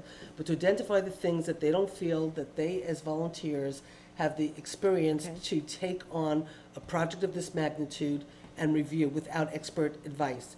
So they're looking to bring in expert advice. What Michael's trying to do before they make the decision to hire is he wants to quantify the questions that they have, so they're asking the consultant their specific questions versus letting the consultant come back and tell them what they want to tell. They want the answers to their questions. So they're going through this process. They're asking them to make changes right now based on certain things. At a certain point in time, when you feel like a lot of your questions have been answered or whatever, then you're going to take that information once you feel you've gotten enough and you can't do any more. You're going to then take that information, bring somebody in from the outside to review it for you because you guys don't feel like you're experienced. Once you get that information back, you will ask them to maybe make more changes based on what you were given by the consultant, or the consultant might say this is all great, and then if you feel comfortable, you will adopt it as a final impact statement, which then becomes yours, and that's what you make your decisions on. I think the key, Kitty, is not at the end. The key is in the beginning.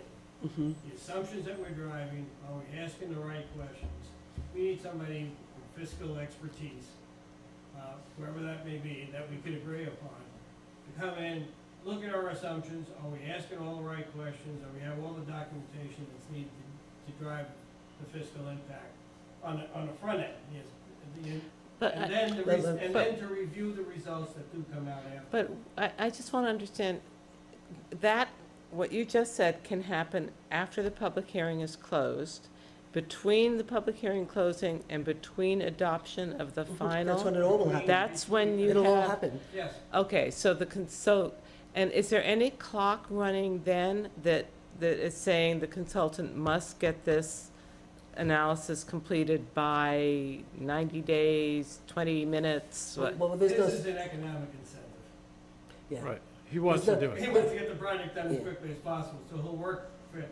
But we still have to review, we still have to do our own analysis. But in terms of being fair to the applicant, when the public hearing is closed, and we say, okay, now we want to hire a fiscal consultant, a traffic consultant, a sewer consultant, do they have to complete their discussions with you by a certain amount of time after the public hearing is closed? There's no statutory, if I'm correct, there's no statutory limits of once they close the public hearing to when they can give approval.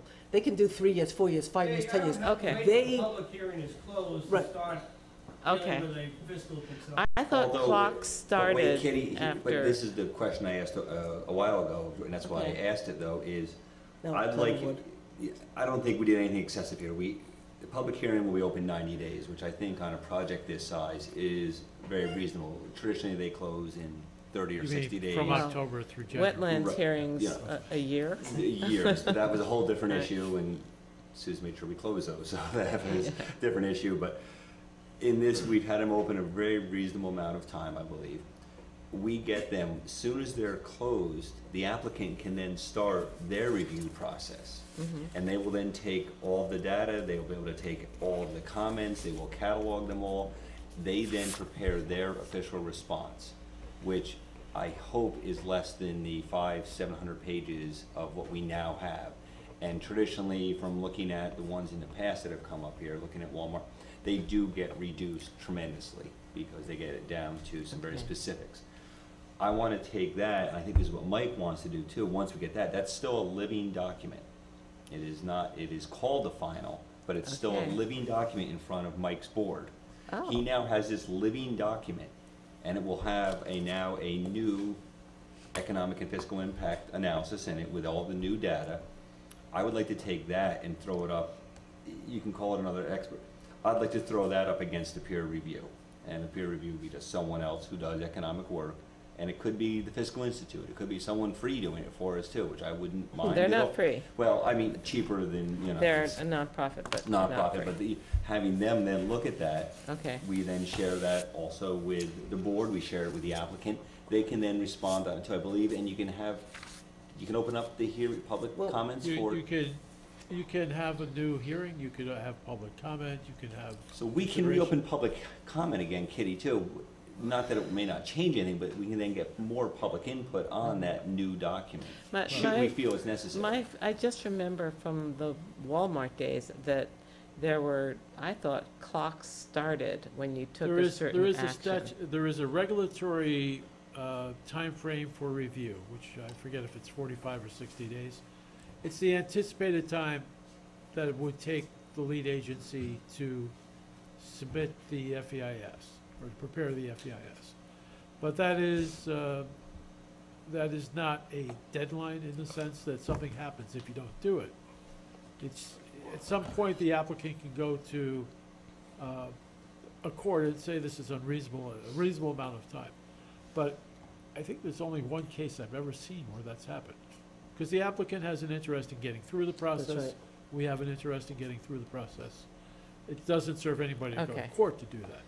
As long as you're proceeding Well, we with don't want good to faith drag it and out, with but I diligence. also don't want to feel like, The key, if we don't get our analyses in within 45 days, this is a de facto accepted final document, and you're no, saying? there's Okay. there's no default. Okay.